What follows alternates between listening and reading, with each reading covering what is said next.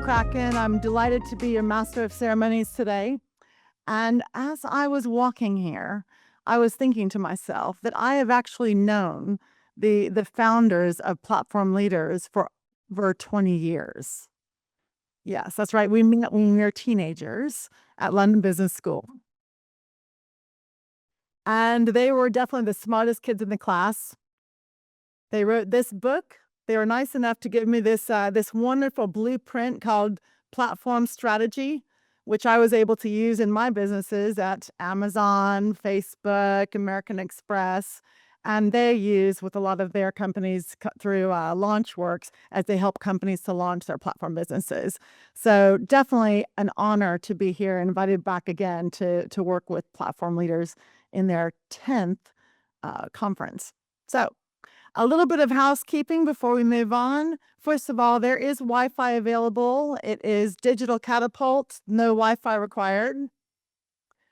In case there's a fire alarm, there are no fire alarms planned for today, but if you hear a fire alarm go off, there will be a warden. You'll go out through the auditorium to your left, down the stairs, and you meet at Marble Tavern, right across from Pret.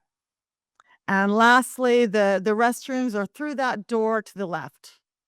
So, and with that, we will start the conference. We have people on the line. Welcome to the people who are on the webinar through Zoom, and welcome again people who are here at Digital Catapult in person. Now, what are we talking about today? We've got a great program. First of all, we're going to have a keynote speech by Benoit Reillier, who's going to talk to us about digital trends for 2026. We're going to have the unveiling of collective intelligence, which is going to really help us to learn to prepare for transformative AI. We're going to talk a little bit about the interplay between policy and product. And lastly, we're going to talk about how do we have discoverability in the age of agentic commerce. And on top of that, we're going to unveil the winner of this year's academic prize. So for 2025. And with that, we're going to move on to a little bit about the concept for platform leaders. For those of you who have not been here before, platform leaders, again, we kind of started off again with this book, Platform Strategy, but then to bring platform strategy to life, Laure and Benoit created platform leaders to bring together different communities who often don't speak to each other. These are the entrepreneurs, the policymakers, the practitioners, the academics, and the investors to all come together in one forum to talk to each other and try to light up and bring together this platform economy ecosystem. We will be talking today a lot about how we build the future of platforms, and especially how do we integrate AI into this platform economy. It's going to be an interactive day, so we're going to be asking questions both online and here within the audience. And I thought to myself, Robin, if you could put that quiz up online, that would be awesome. I thought to myself, I was curious about the level of engagement that people in this room have with AI. I read a statistic recently that 66% of adults have not used any AI product. It's hard to believe. I think this audience is probably not that going to match that statistic. And I thought it was funny also that the head of education, Secretary of Education in the U.S., actually, when she was reading from a teleprompt, she called it A1. So it just shows you not everybody is clued into this AI revolution. So let me have a show of hands for the people in the room, and we've got people online who can actually vote with their fingers. How often do you use generative AI tools like whether it's do I need to forward this? Oh gosh, that's really small. You're going to have to help me read that, Justin, when we get to the results. Yeah, how often do you use AI tools, whether it's ChatGPT or Claude, Gemini? Do you use it every day? That's right. I've got every day. Okay, I'm seeing that 95% of the people use it every day, every other day, every week. I guess if you use it every day, does anyone use it never? Raise your hand if you've never used an AI tool. So again, we're very different. 66% again of people do not use any AI tools. It makes me feel good because it makes me feel like I'm falling right ahead. And what have we got here on the screen? 75% of people are every day, 15% of people every other day, 10% of people every week, 0% every month, and 0% never. Okay, second question. What kind of subscription do you use? Raise your hand if you do not have any AI subscription, paid subscription. There are a few. I see like 10 hands go up. And how many of you use a free subscription? How many of you use several free subscriptions? No. How many of you have at least one paid subscription? Nearly everyone in the room. How many of you have several paid subscriptions? Yeah, well, I would expect some of you to. So we've got about 10 people who have several paid subscriptions. Very nice. Okay, well, that's it for the interactive portion of this session. And we're going to move on to our first keynote speaker of the day. Don't I need to do anything? Did we get through all of our? Yeah. Oh, what did we say? I missed the, what was the result, Justin, on the number of paid subscriptions? Over 30% have paid subscriptions. Very good. Cool. All right. Now we're going to have, this is my favorite part of the day. It's the keynote from Benoit Reillier, where he's going to talk to us about the trends in 2026 for digital trends. Now, what? All right, move forward. Good. Cool. Like I said, I've known Benoit for a long time. He is the CEO and the co-founder of Launchworks, which helps companies to really harness the power of the platform economy and to launch innovative new business models. He's also the co-chair of Platform Leaders. He's the co-author of several best-selling books, including Platform Strategy, but also books like Mission Blah Blah Car. Mission Blah Blah. I love the name of that. They do it in French, which sounds really cute when they're speaking in French and they say Mission Blah Blah Car. It sounds lovely in English. And fun fact for Benoit, he's a wine connoisseur. I think some of us know that. Some of us in this room have witnessed his wine connoisseurship. And he is not willing, well, he's not willing to delegate wine tasting to his AI agent. Wise. Please welcome, give me a big round of applause for Benoit Reillier. Thank you very much, Laure.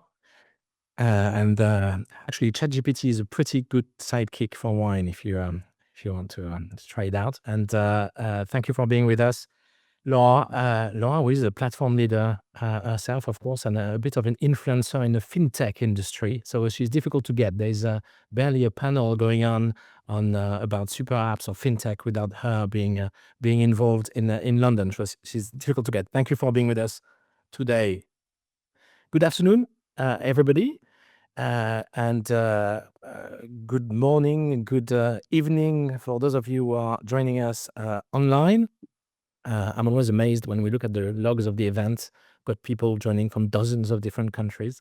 So thank you for being with us today. So we've got 25 minutes or so together for this session, and I would like to do three things really. So the first thing is go back and provide a little bit of historical context about digital innovation, what got us to where we are today.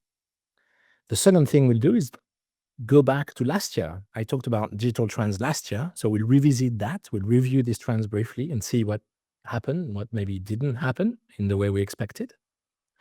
And the third thing, of course, is to talk about trends going forward.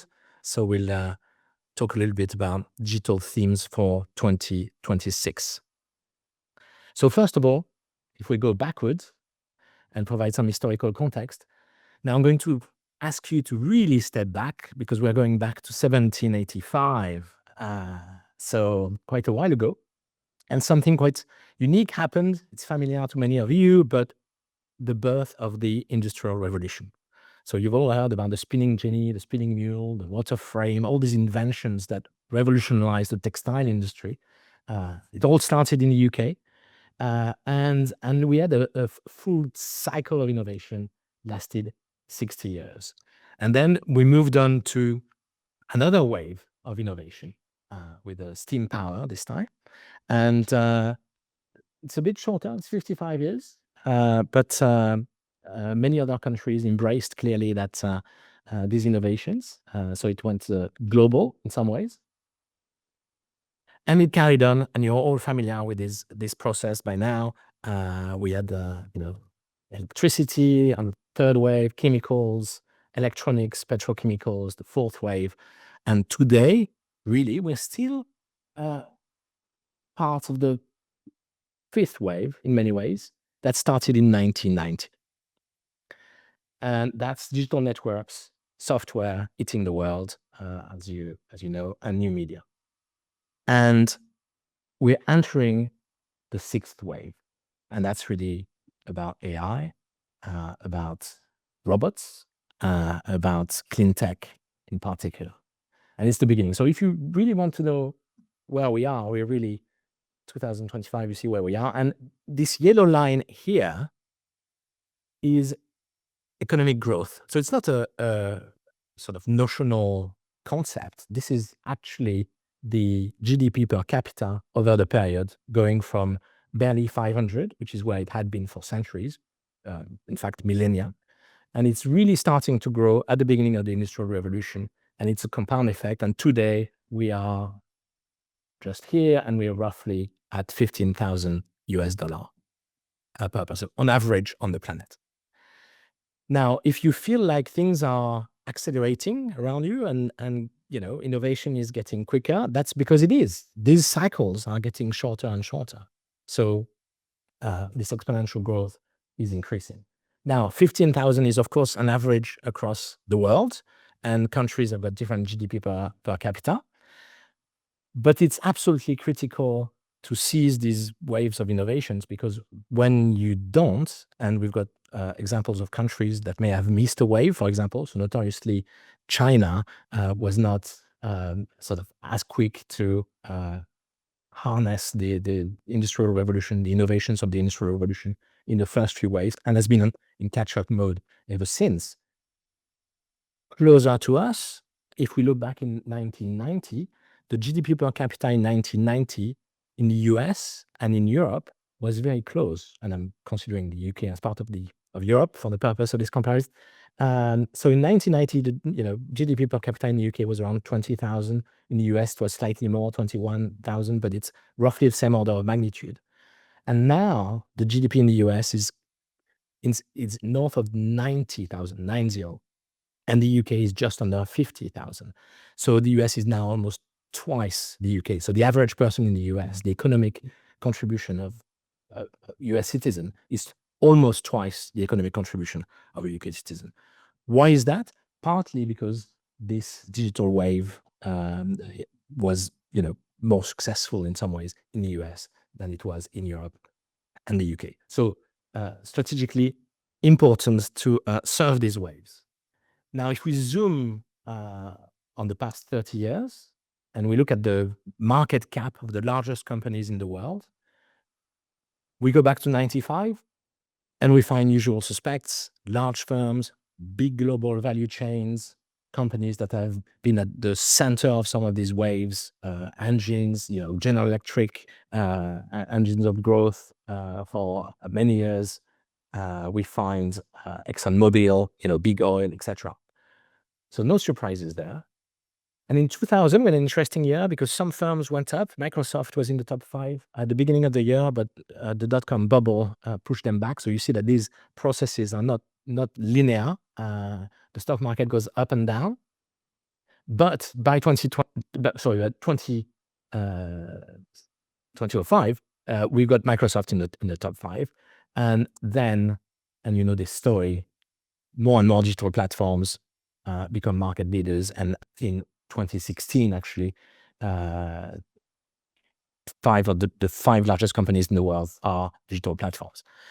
Now we do some adjustments. So Berkshire Hathaway technically appears in this, but it's an investment vehicle of Warren Buffett, and it holds, you know, Apple and Google and all that. So it would be double counting. So we've removed it. But basically, today, the largest companies in the world are still these digital platforms, very successful businesses, attracting participants, connecting them, matching them, enabling them to transact globally, very powerful ecosystems. But number one, largest company in the world, 2 weeks ago, it was $5 trillion valuation. Now it's 4.5. It goes up and down. Of course, it's reporting earnings tomorrow, so it may change quite a bit. But straight to number one since last year, NVIDIA, of course. And this is not an isolated sort of change, because if you look at the top 10, actually, you'll find that Broadcom, I think, is in number 6 now, and TSMC, Taiwan Semiconductor Manufacturing Corporation, is number 7. So you've got 3 of the top 10 that are AI firms. Effectively, they produce the chips that all the other companies need to deploy AI capabilities within their businesses.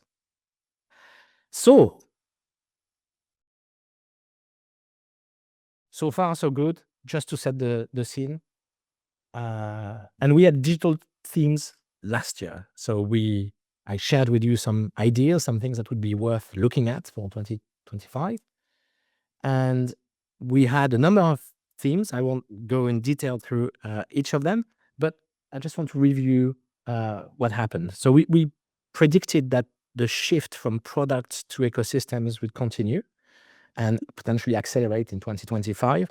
And this is very much what we've seen. So it's part of this shift from a closed world where you control the resources within your company to a world where you need to harness the power of participants within an ecosystem.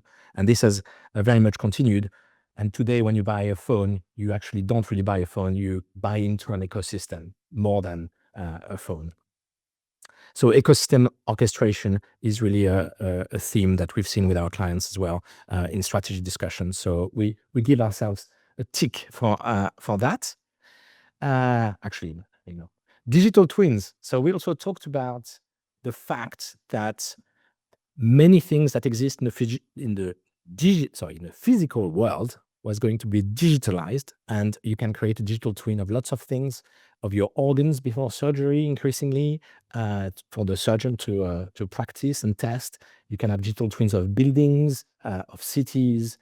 Some games have created digital twins of the Earth. So if you use Flight Simulator, for example, the latest version has got a real digital twins of the Earth with the exact cloud coverage of wherever you're flying your plane.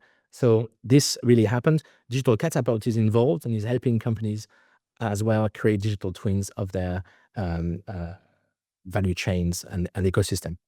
Notoriously, DHL, Uber, for example, have got fully functional digital twins. They can run what-if scenarios in real time, and you see exactly what the impact on the ecosystem is. So that is something that happened. We predicted an increase in ultra personalization thanks to AI in particular. This is a marketer's dream, you know, the segment of one, and something that is unique to you. And this happened as well. And the way it played out, I don't know if you've noticed, but many of the AI tools you're using now have this memory feature, be it ChatGPT or Claude and Gemini, others. And when you enable that, it remembers what you said in previous prompts, so across threads, and what you're all about, in fact. And this is quite subtle, but it makes a huge difference because you don't have to give context anymore. You can say, oh, you know, I want to run, and what would be a good run? And you say, well, you know, last week you complained about pain in your ankle or something, so maybe you need to take it easy. And it will do that because, you know, it has access to all this information. So we are increasingly conversing with a friend as opposed to just prompting a system. So it's very personal. Now, we talked about holistic sustainability. So it's about, reducing, reusing, refurbishing, repairing, the circular economy, really. And while there is a strong commitment, and we still have these discussions with our clients, that there is barely a project that happens without that dimension being raised, sustainability in general, I think it's fair to say that the geopolitical environment was not what we really had in mind when we thought about the trends for 2025.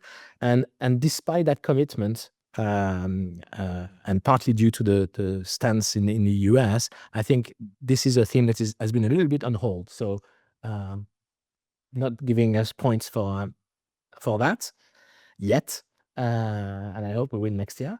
And we predicted two things as well. We talked about new regulations. So that was the first time that you had regulatory frameworks that were designed to address digital platforms. So these frameworks came online. These are rather easy things to predict because they're in the pipeline, and predicting that you've got more regulation in Europe is not a difficult thing to do, but it happened, and we were not disappointed.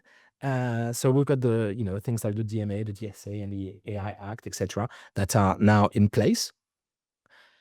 And the last thing we predicted and talked about was the automation of some sides of platforms, the automation of some platforms. So that happened. So some platforms basically were connecting people, supply and demand. So you had examples of platforms that really had a shock when AI came online. So, examples of Chegg or Stack Overflow, people that were matching tutors with students that had questions, and suddenly, AI replaced all the tutors that you had. So these platforms had a big sudden shock with the arrival of AI. The other thing that happened, and the example we used last year, was Waymo. So self-driving cars are in some markets replacing Uber with drivers. So I think I was a bit over-optimistic last year. I said that Waymo would overtake Uber. It's not quite the case, but Waymo has got 35% market share in San Francisco, for example. So from nothing, Waymo went past Lyft and has got 35% market share. Uber is just about 50% market share. So we'll probably get more self-driving car in San Francisco next year than cars driven by drivers. So tick as well. So that's just to remind ourselves of what happened last year. Now, what I want to do is share with you some thoughts about 2016 themes. So the way we structure that is that we've got three big themes that are going to be, shaping the wave for the next 10 to 15 years. And each theme has got a couple of sort of trends for 2026. So the first theme is scaled cognition. So it's a big shift. It's basically intelligence that used to be a very scarce resource and, related to individuals, personal, becoming abundant. And we're at the beginning of that process, but this is a very challenging process that we will have to get used to and adapt to as individuals, as organizations, and even as institutions. So it's a big change. What to look out for in 2026? Well, we've got two things that we think are going to be interesting. One is agentic AI, and the second one is AI-mediated discovery and commerce.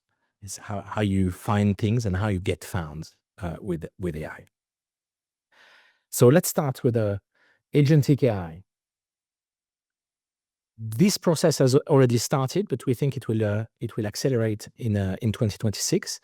And increasingly, you're going to be able to delegate things to agents. So in the same way as you prompt in an ad hoc basis, you're going to be able to delegate more complex tasks that the agent will probably carry out in the background, maybe over several days.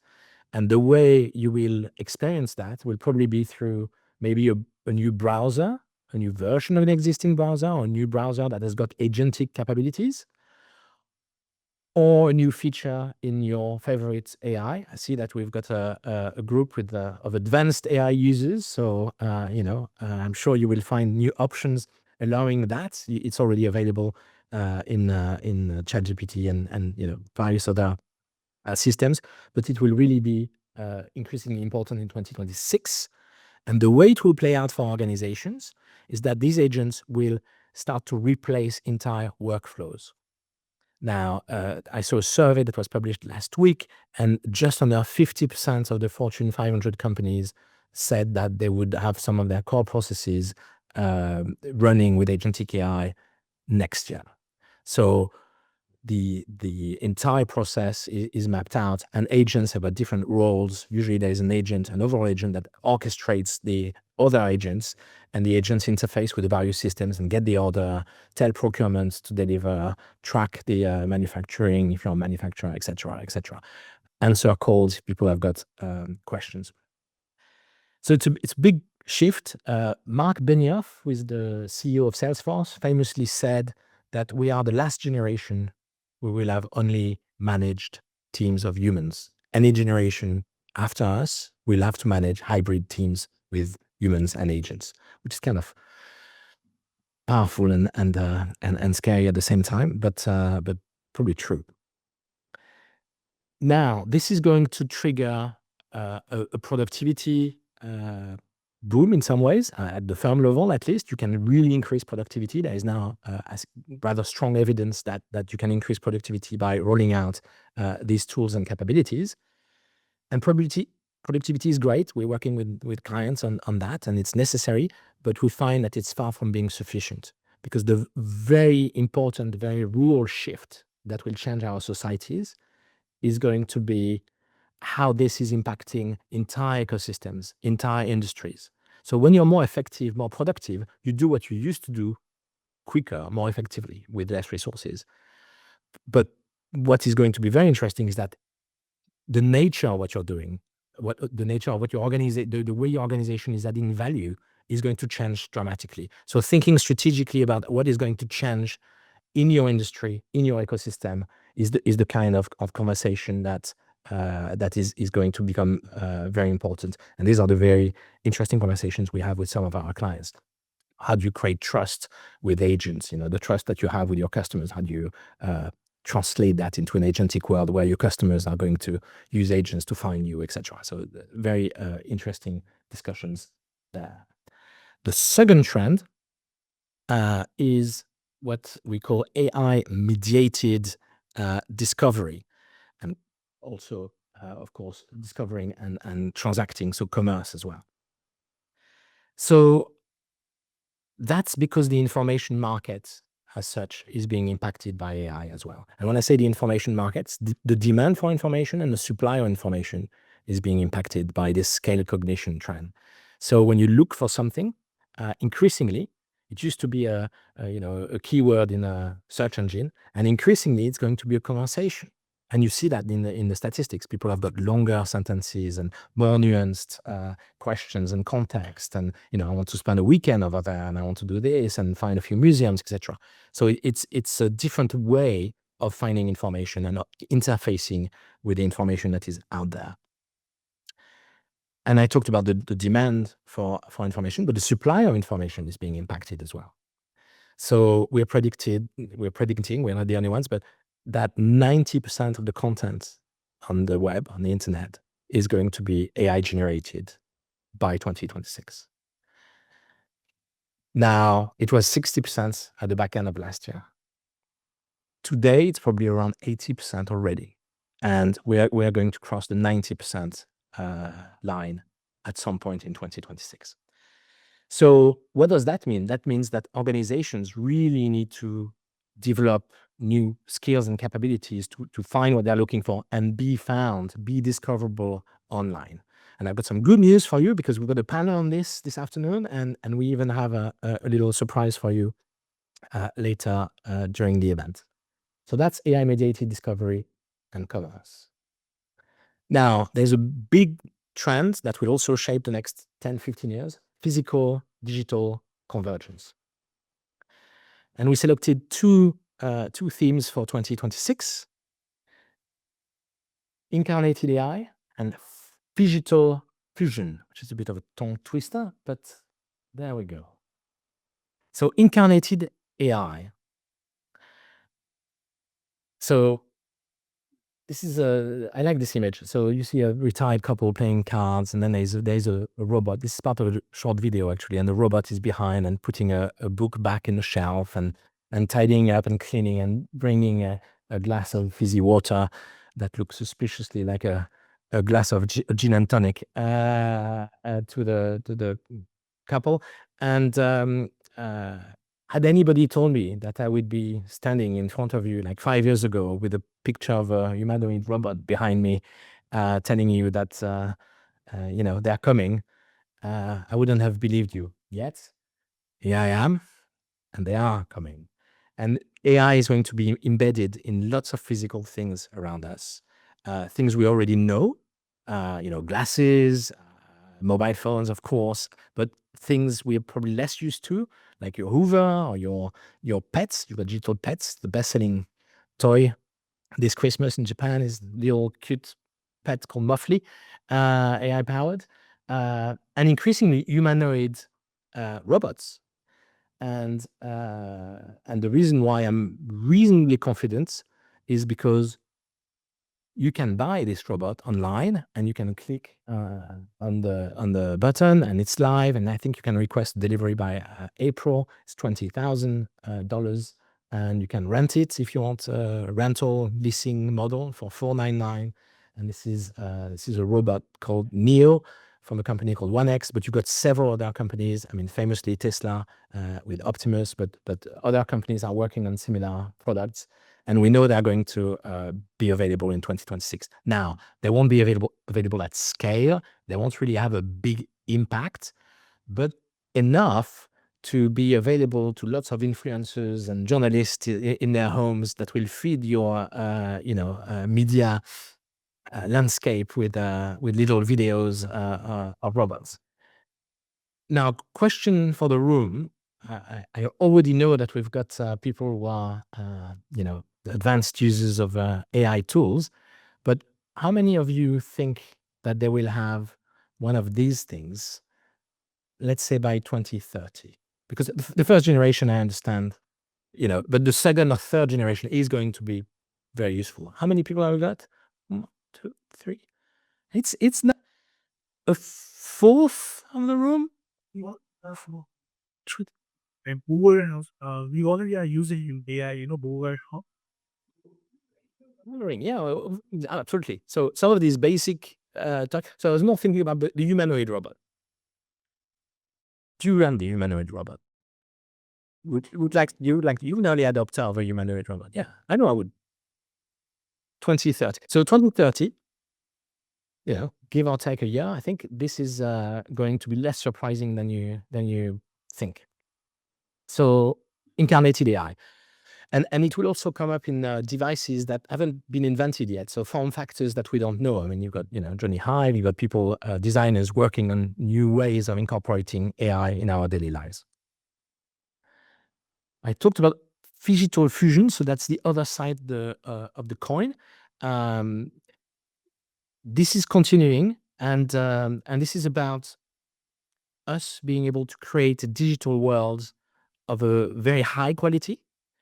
And one of the side effects of that is that you can actually train these robots now in a virtual world. And it's a step function in improvement. So whether, we don't always realize, but these AIs, when they're not trained, they don't know how to do anything. I mean, the AI needs to be trained. And what does it mean to train a robot? Well, when a robot falls, you really have to take a robot back up so that the robot can learn what it is to fall and how you get back up. And you don't want to be raising a robot for 18 years in your life when it falls in your kitchen.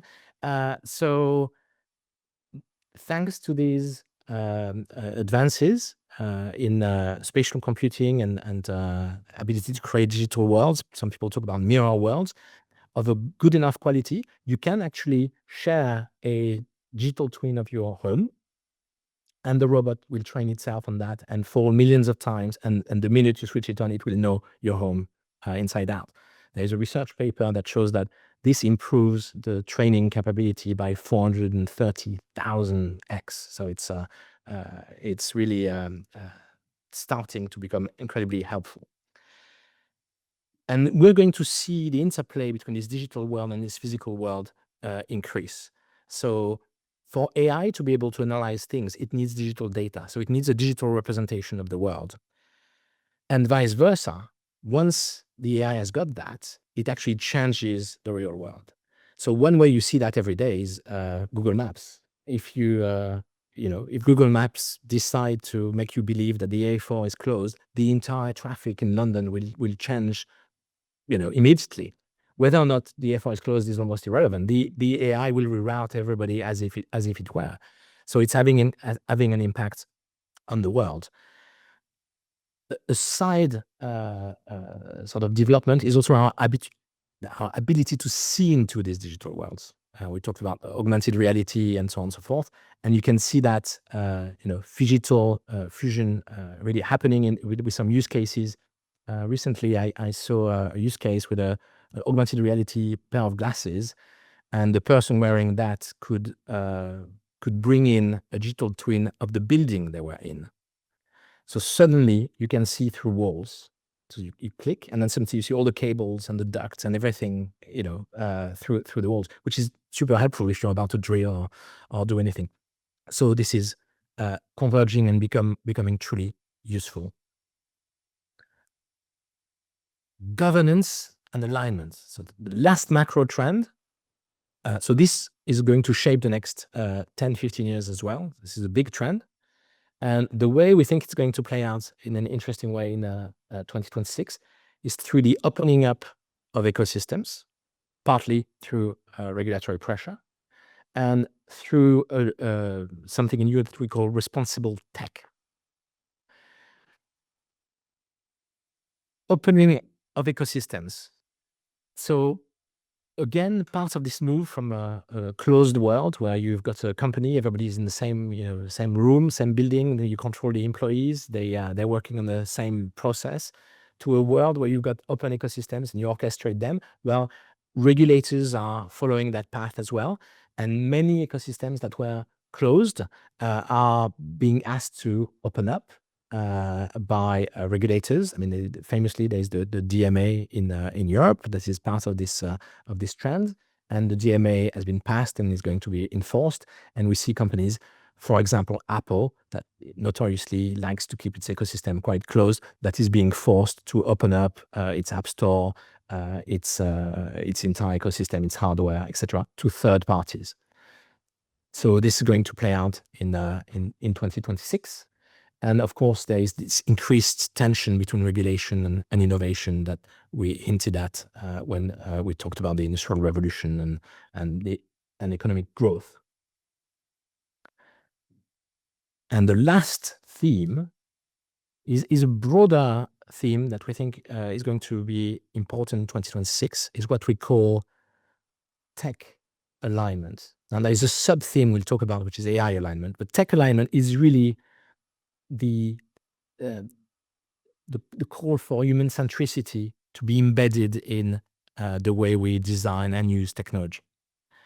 And there is quite a lot of anxiety around because people are worried about AI, of course. They're worried about jobs. They're worried about uncertainty in the future. And you even have tribes that, and there's a tribe I call the Luddites 2.0, because we can go back to the Industrial Revolution, and when there is something that is disruptive, is very productive, you've got winners and losers, and some people are being displaced by some of these innovations, and we see that as well. And governments are starting to see that and trying to see how they can create an environment that has got positive outcomes for everybody. So digital tech is going to be important. We talked about circular firms last year, circular economy. We see also net positive firms now. So we've had discussions with people who want regenerative business models, which is interesting. It's not enough to do net zero if you can put something back into the system that's good. And AI alignment is, of course, a subset of this trend. It's really making sure that whatever AI we end up developing and come up with is aligned with what mankind is looking for. So this is also, we're probably going to hear these terms more and more in 2026. So very broad-brushed recap, but that's the macro trends I talked about: scale cognition, physical-digital convergence, governance and alignment, and the themes to watch out for 2026: agentic AI, AI-mediated discovery, how you find things and get found, incarnated AI, think of the robot, digital fusion, open ecosystem governance, and tech alignment. That's it. These are the main things I wanted to share with you today. Thank you very much.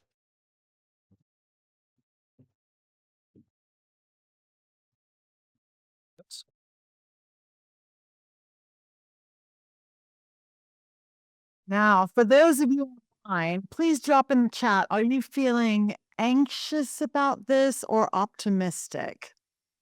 And everyone in the room, raise your hand if you're feeling anxious about the future.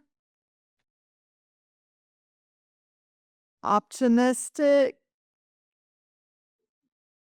We have a few Luddites in the room, but the vast majority are optimistic. A couple people are both. Yeah, I think you're right. Whoever, the lady in the back, both hands are raised, anxious and optimistic. Absolutely. Now, we're going to have our next speaker is going to tell us a little bit more about a new initiative, Laure Reillier. Laure is the COO of Launchworks, where they focus on designing and scaling platforms and marketplaces. She also she spent 20 years in e-commerce and platform companies, doing everything from developing products, managing them, marketing them. Most recently, she was a senior executive at eBay. A couple of fun facts about her. She's hiding from me. When she was in graduate school, she studied neural networks, and it was just deemed an area that had no prospects, leading her into network effects. And another little fun fact, she is the proud owner of a pet, an AI pet named Moffy. Please welcome Laure.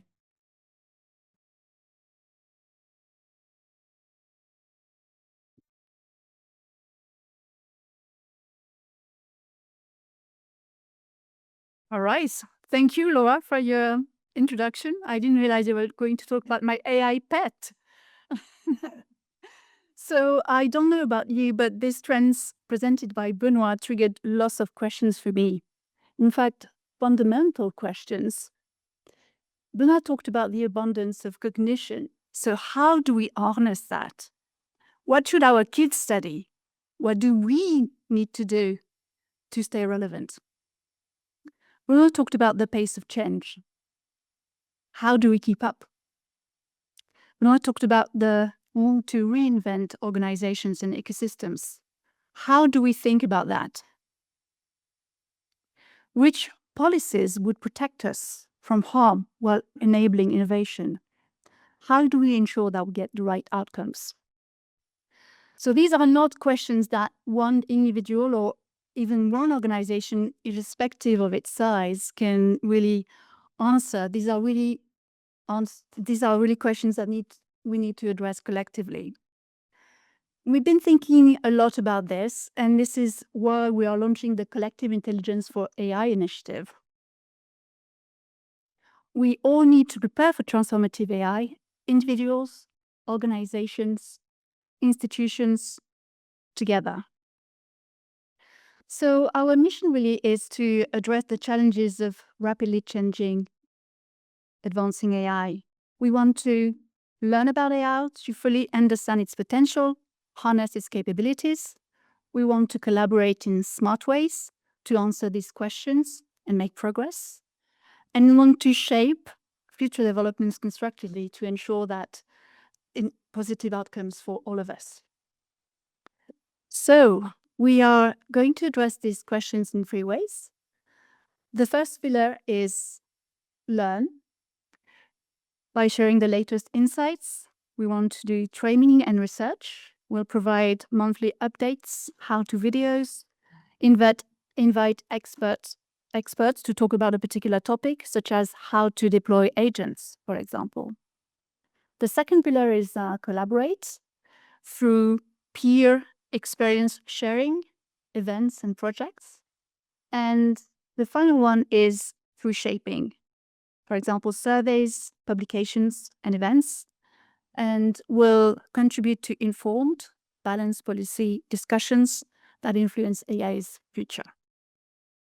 So what's in it for you? So Collective Intelligence for AI will have a kind of private circle community. So members will be able to join that community. And that's a dedicated platform where members will be able to connect, learn, collaborate, and share insights between events. So inside the community, you will find real-time discussions with AI practitioners and experts. You'll have exclusive resources, research and case studies. We'll have member-contributed insights and experiences. We'll also have working groups tackling specific AI challenges. And you also have direct access to thought leaders and researchers. Now, we've identified a number of themes. I'm not going to read them all, but you can actually look on the slide. But some of them are things like search in the world of AI, how to deploy AI agents, what does it take to build an AI-ready team? And so what would be interesting would be to find out from you in the room, but also online, whether those themes are really important to you and, which ones would be the most important. So perhaps, the most important, the top 3 themes for you going forward. And if there are themes here that are not listed but are really important for you, what would they be?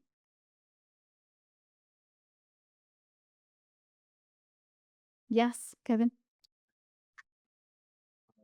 Shall we have a microphone so that people online can also hear what you're saying? But I don't know if people online will pick up what you say. Great, thanks. Is cybersecurity in the age of AI agents and agentic AI.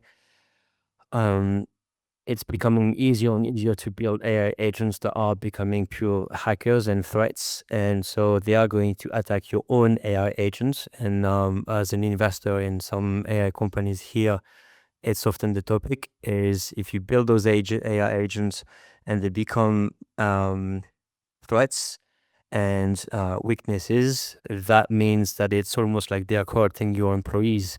Benoit was saying earlier, who are not managing people, which obviously is a critical cybersecurity layer of the business. But now that we do also have employees to consider that. So that's kind of the topic that bothers me a lot.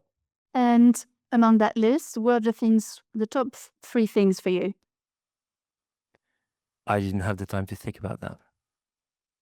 We'll come back to you. I think there's more people who had some. There you go. Yeah. Okay. Yeah. Thank you very much.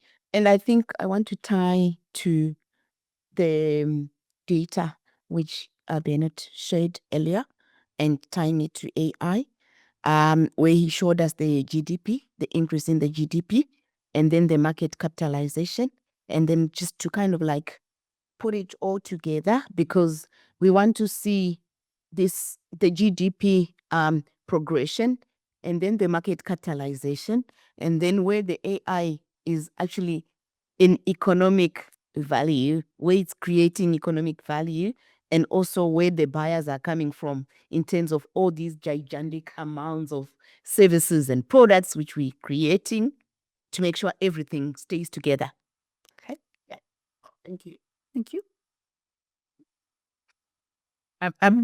Sorry. Just quickly to say, what Williamson Space is building an AI-ready team, because what I observed, even I work in a tech company, actually Amazon, and you have great divide between folks who are kind of adopting and not. And it's nothing to do with level, with age, with background, or some people are just in it and some people are not. And I think that creates a little bit of a fork between in how people become practitioners or not. And do you think this is based on willingness to learn, or it's time, it's rules, it's how people think about it, it's curiosity or lack of. I don't know, but I just think I'm seeing that, including at a fairly, senior leadership level. And I think that's going to create a gap. And I don't know how we get around that, actually. Now, a colleague was telling me that a really large company, 60% of the senior leadership hadn't used some of the tools provided by the company, which is a really interesting stat. Thank you for this. It's a really interesting topic. I think from the list there, for me, it's really interesting, the topic of making the most of the Gen AI toolscape. There is a proliferation of tools, many more are being built now, but which of these serve what purposes, how to monetize them, how to leverage them. And what I would add to the list is around ethics and AI. AI can do many things, and I'm really interested how that will impact our society. And just because AI can do something, should we deploy it? I was really interested in the trend you shared, Benoit, around humanoids and would we have them in our homes. I know China is already deploying humanoids in the hospitality industry, in the care industry. How does that interact with man's search for meaning and usefulness, and what does that do for the next generation's self-esteem, self-worth? I'm really interested in exploring that topic. I know it sounds abstract, but it has quite deep implications. No, it's not at all. I think that's a real question and a real challenge.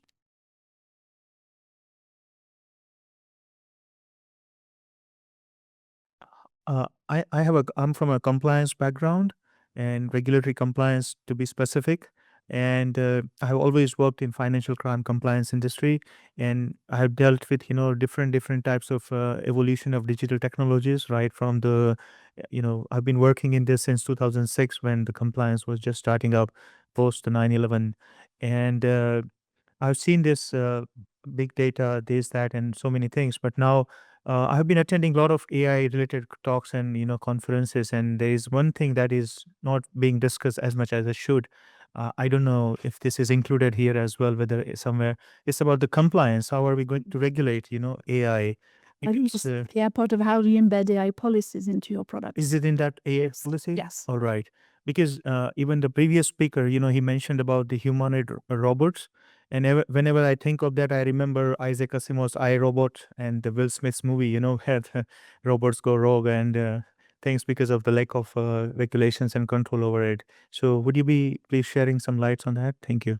Thank you. Thank you.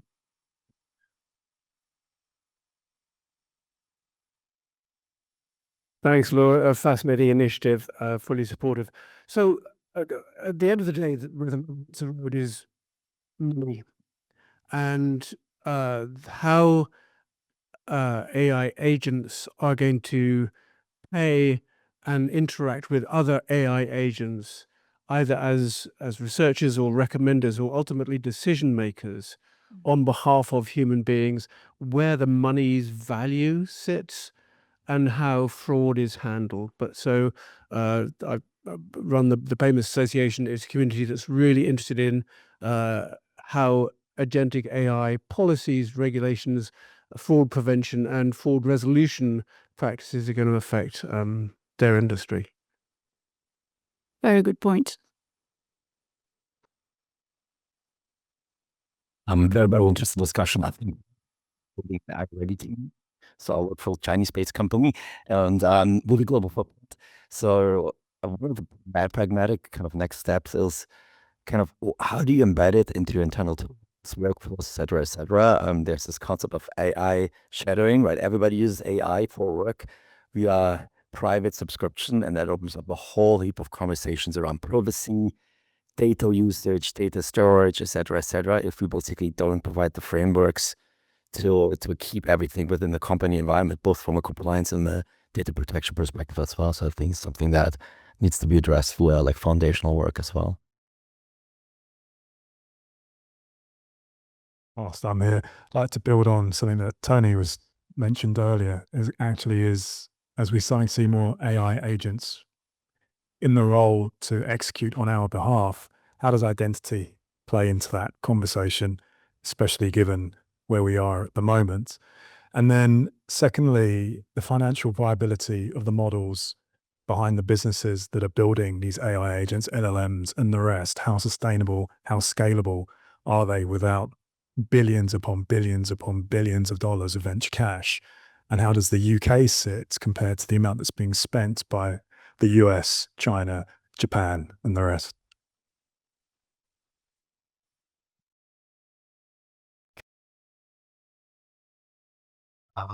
Well, I think one of the most interesting things on this list is embedding AI policies in the product, because many people see that as a constraint, but this can actually be an opportunity as well if done well to build really good products, and it also depends on the policies to make sense, at least at the minimum they make sense. Also, I want to add one more thing to this themes that you've mentioned building with ARMs. That building with ARMs is making building products easier, much easier, and also discovery. But because of that, there are many rubbish products actually getting their way into the market, and they're that won't solve it, don't financial value, and didn't create any they were bounced bankrupt. I think one of the most important things is to focus on that as well. Thank you. I think we're going to take, are there any questions online or? Yes. Yeah. Take the mic, please. Thank you. Yes, quite a few comments coming through online. Jonathan Norman wants to emphasize building of LLMs and how to run a human AI hybrid working models. That's the area that's come up quite a lot, actually. Another representative comment is around the risks of customers. So customer risk, how do you assess the risk that is coming to your business from customers now potentially being an agent or AI influenced? So thank you, Rihanna, for that. And Rihanna adds another interesting comment, which is that people are being taught ethical hacking now in universities. And so I guess coming back to the comment in the room about security, but also about our broader ethics, about what we think is acceptable. So how do we think about ethical hacking and people being taught this? Thank you. I think we're running out of time because I need to close. Good. Great. Yeah. We can continue the conversation during the break. So thank you for this. This is really, really good feedback. Now, one of the first topics that Collective Intelligence for AI looked at was how to navigate the transformation of digital discovery, basically how to get found online. It's fast becoming a boardroom topic. And so today we're sharing 2 reports, and we'll be able to take a copy with you as you leave the conference. One is the report on effectively search in an AI world, and the other one is a guidebook with more technical recommendations. Now, are you ready to join? Are you ready to take part?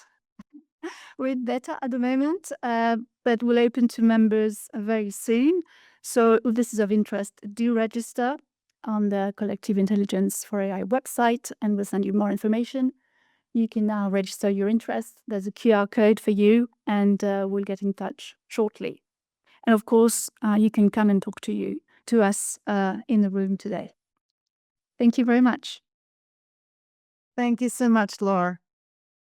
Fascinating initiative, and I'm excited with some of the questions in the audience. We can see how broad these questions are. One of the questions was about policy and how do we bring policy into AI and product development. And so our next speaker, we're lucky, is actually sitting at the intersection of policy and economics and product. His name is Brian Williamson. He is the partner and let me move. He's the partner and economist at Communication Chambers. He's, again, sitting at the interplay of policy, public policy, and economics and AI. He is a prolific writer and consultant in the areas of, I love this, it's an interesting list, the contribution of AI to the economy and society, AI regulation, copyright in AI, and cloud computing. Just a bit of light bedtime reading. So, and for a fun fact, I talked to Brian earlier, and it turns out he was hit by a car back in, I can't remember where it was, but he got hit by a car, and he was he was badly injured, and he thought, he would have been less injured if that car had been driven by a Waymo, a driverless car through a Waymo, rather than a driver who was driving a bit too fast and recklessly. He also said that he was misdiagnosed in the hospital, and had AI been used in the diagnosis, they might have gotten to a correct diagnosis quicker. So he's obviously on the optimistic side of AI. So it's good to see that we have an optimist who brings policy into product making. I look forward to seeing this discussion about, it's called From Policy to Products and Compliance and Design. Welcome, Brian Williamson. Thank you. And I'll just make some introductory remarks. I'll invite the panelists up soon. And I will talk for 5 or 10 minutes, setting out some thoughts about what's happening in this area. And then we'll interact with the panelists.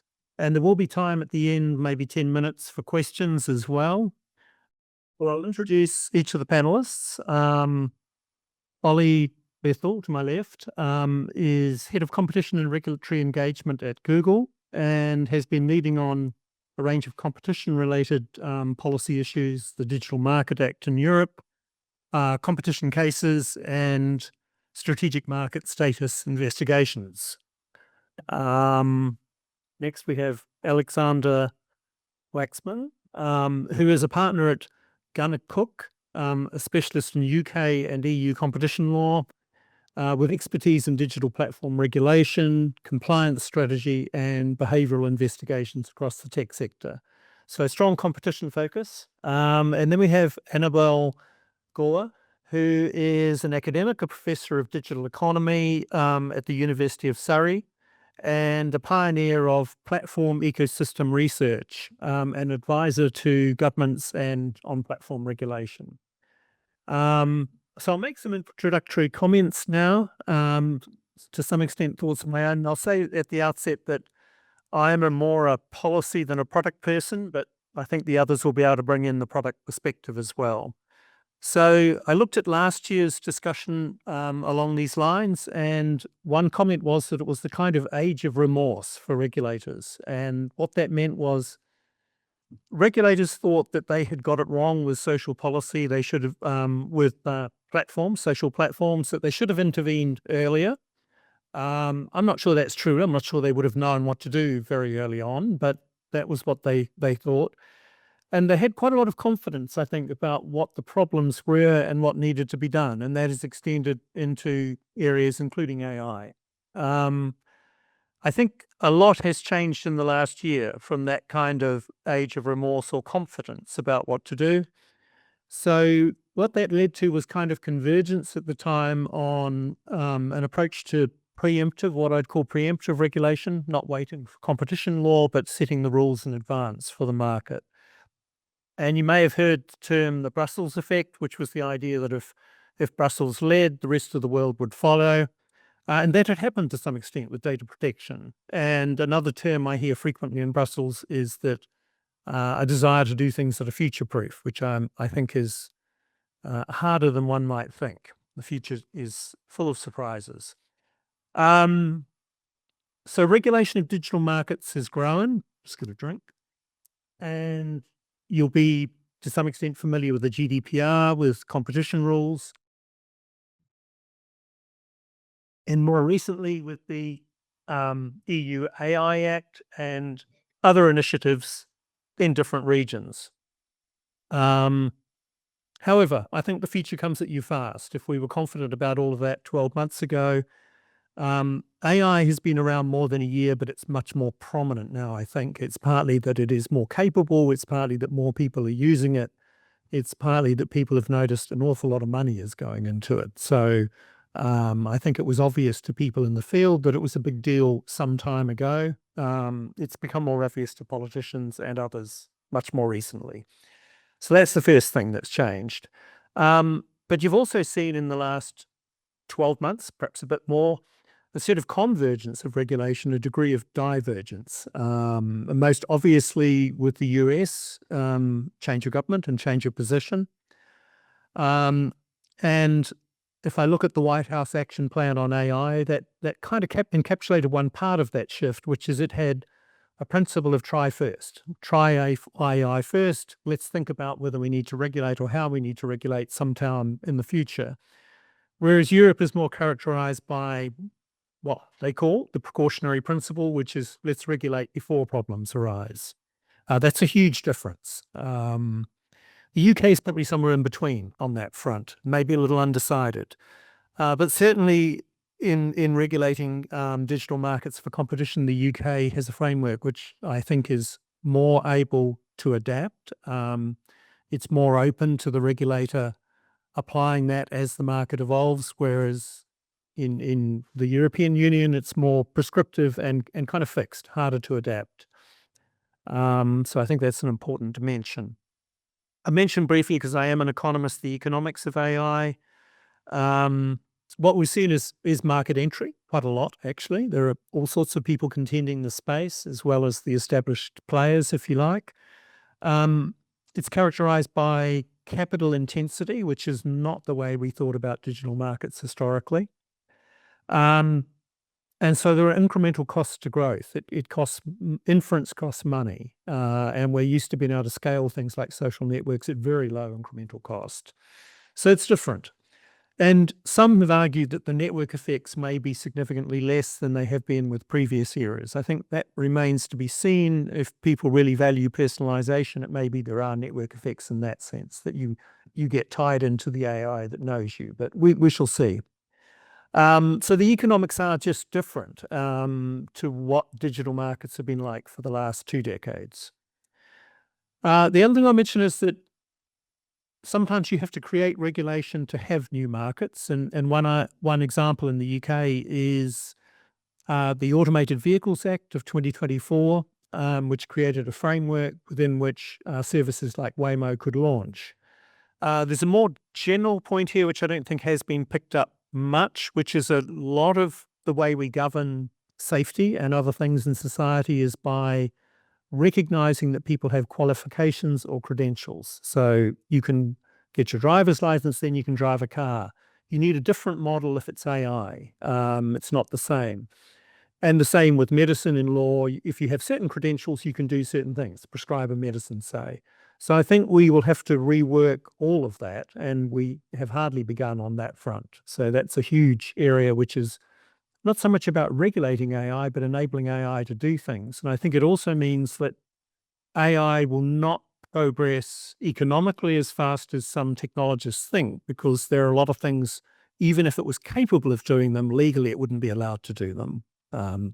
That's kind of an interesting area. So I'm generally skeptical about regulation in terms of its harm to innovation, but actually here we need different or new regulation to allow things to happen. Almost finished. A broader policy question is what outcomes do we want? do we measure, which I think is important because that creates a feedback loop to improving things. And how do we adapt to market changes and correct errors? We will make mistakes in any new area, and we need making mistakes in a sense is not the worst thing. It's correcting them. And if you watch Europe trying to deal with the AI Act that it's created, it's struggling. It kind of knows it's made a mistake and it doesn't quite know how to correct that mistake. They don't want to throw the whole thing out, but they kind of know that it's too hard for companies to comply with, or certainly smaller companies. And given regulation, and this is really the theme for today, how do companies, large and small, make product decisions, engineering choices, and design governance systems that can work within the company? So from policy to product compliance by design, that's our theme for the session. Just check time. Okay.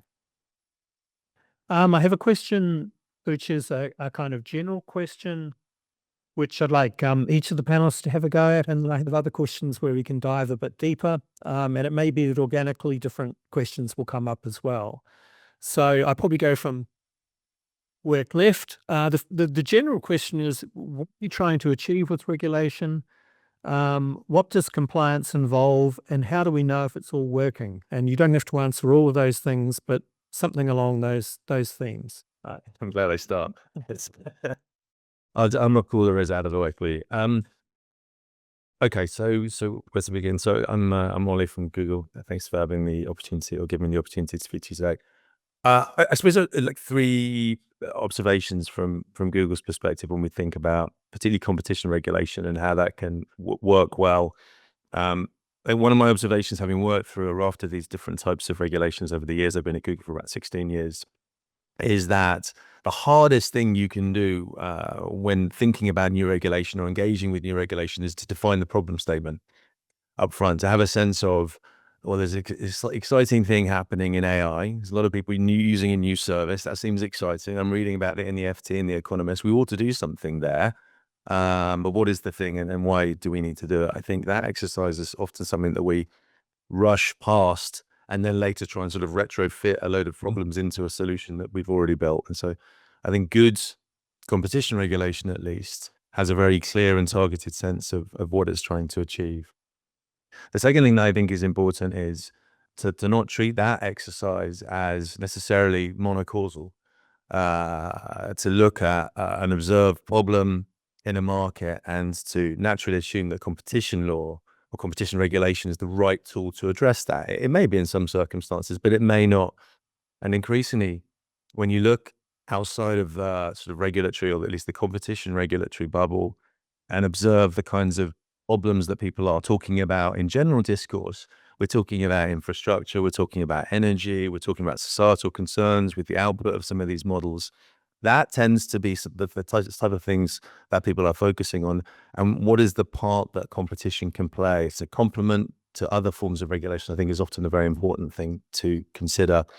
In the course of the Digital Markets Act, it always struck me as a very broad piece of legislation. There's around 22 rules in the Digital Markets Act. It attaches to a raft of so-called core platform services. And what that has meant is that the aperture for regulatory dialogue between us and the other gatekeepers and the European Commission is very broad. We spend a lot of time talking about a lot of issues. I'm pretty sure that in that set, there are issues that are not so important to high priority policy issues for consumers or businesses in the European Union. Saying there's just some initial observations. And then how would you think about whether a piece of regulation is operating well? Well, I think you can start at what's it doing for price, what's it doing for quality. Those are obviously familiar metrics for competition practitioners. But then I would posit that regulation, competition regulation in particular, ought to look at a broader set of hallmarks of innovation and competition.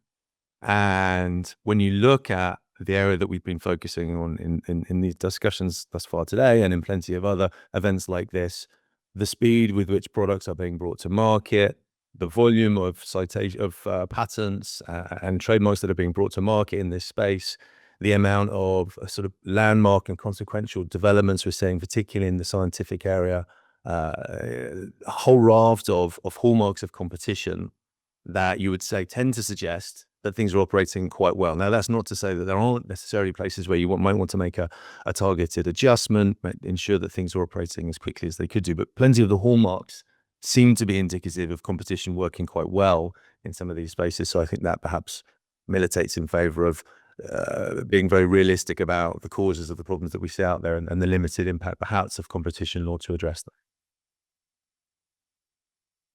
Yeah, I think I'd actually like to do what all good panelists do, which is not answer the question I've been asked and answer the question I prefer to have been asked.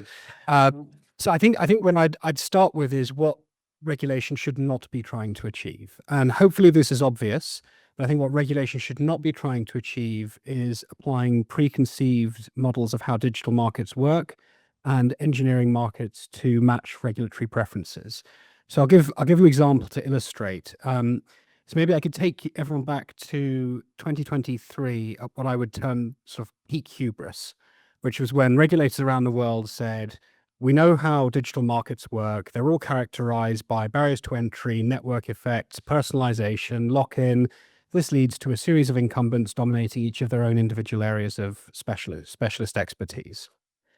And we see AI coming along, which is a digital market, and so we assume exactly the same thing will happen. And I'm going to pick on the CMA purely because they were the ones brave enough to write a report about foundation models at the time. And there is a passage in their report which has not aged well, which said that if we look at the companies that have achieved strong incumbency positions in important digital markets today, they have all of the components that they need to dominate the AI era. And there were very nice flashy infographics showing Apple and Google and Meta and Amazon and Microsoft at all different points of the tech stack and saying they have everything they need. They have the data, they have the compute, and therefore AI markets will mature just as other ones have. And that means we need to have intervention in order to deal with that. That update report came out in April 2024. At the same time, or around that time, the CMA launched an investigation into Microsoft's deal with Inflection, which found that ChatGPT had a market share of 60 to 70%, and all of the GAFAM firms were nowhere to be seen. About a month later, Grok launched its Model 1.5, which was found, having only been developed a few months earlier, to be as capable as ChatGPT-4. And since then, the market shares have only continued to move away from what the CMA would have called the incumbency firms. So I think what regulation should not be trying to do is trying to assume the knowledge of how markets will work and engineer outcomes to fit. I think what regulation can do more successfully is to be a little more modest in its goals and instead to focus on things like kind of basic levels of transparency. Do companies accurately report how their products work? Are companies making appropriate levels of disclosure to ensure transparency while avoiding disclosing trade secrets? But fundamentally having what I think is quite a brave posture for regulators, which is to say in some markets, it just doesn't make sense for us to intervene with the full force of law, even if certain parties might like us to do so. So I think it's that sort of level of modesty that regulators should be trying to achieve. Okay. Annabelle? Yes, those are very interesting remarks. I don't think I agree with you, however. But it's a little nice to hear people say that regulators should be modest. Or if they could just know the police, it would be better off. Not so sure. Spirit of the first couple of comments about,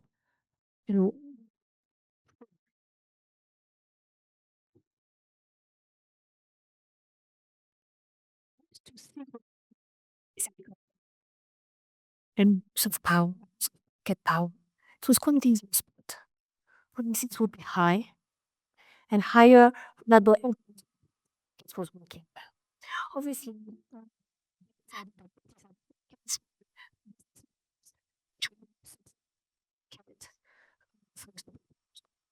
storage services for free,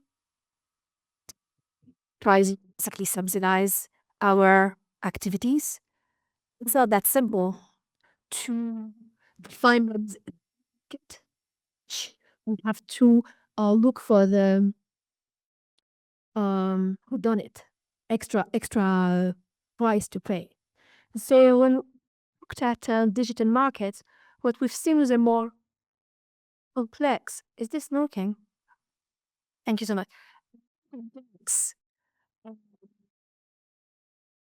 More complex understanding of what we talk about when we talk about corporate power. And for those, biggest big tech platforms, it's not just an ability to price. It's not just about, not perhaps delivering the privacy that people should be entitled to. It's not just guiding you and structuring your choices in a way that you might not be aware of. It might not just be presenting in front of your eyes or your kids' eyes or vulnerable people's eyes some information that may be, detrimental to their development, to their well-being, or to their ability to function in a democracy. And so obviously, this is a messy problem. And it's very comforting to say, well, look, it doesn't quite fit within the, economic, view. So, there are people who think if we can only solve the competition part of it, everything else is going to get sorted. As soon as we're going to have markets that become contestable, then all the bad behaviors that dominant firms can get away with are going to fall by the wayside because consumers are going to vote with their feet and they're going to go towards others. That's possible, but we're all living in a huge experiment that is happening in real time. And that is causing damage in real time as well. So whatever theories people have about what should happen are just theories. We are living the experiment. We are in the matrix. And I think we all should have a little more humility, not just regulators, but also companies and also citizens. But we can also call a cat and recognize when the business models lead to divergent incentives between what's good for some users, maybe on one side of the platform, maybe those who don't pay that much, and others. And, divergent incentives and abuse of power are nothing new. They didn't wait for digital to happen, okay? Digital put that on steroid. So to go back to the question of which regulation, I would agree with you. In Europe, there is a ridiculous amount of regulation. It's too much. Regulation about this, regulation about that, regulation about this, regulation about that. Very difficult to comply to. I think the so-called Brussels effect is a bit of wishful thinking. Let's tap ourselves in the back. We are so important. But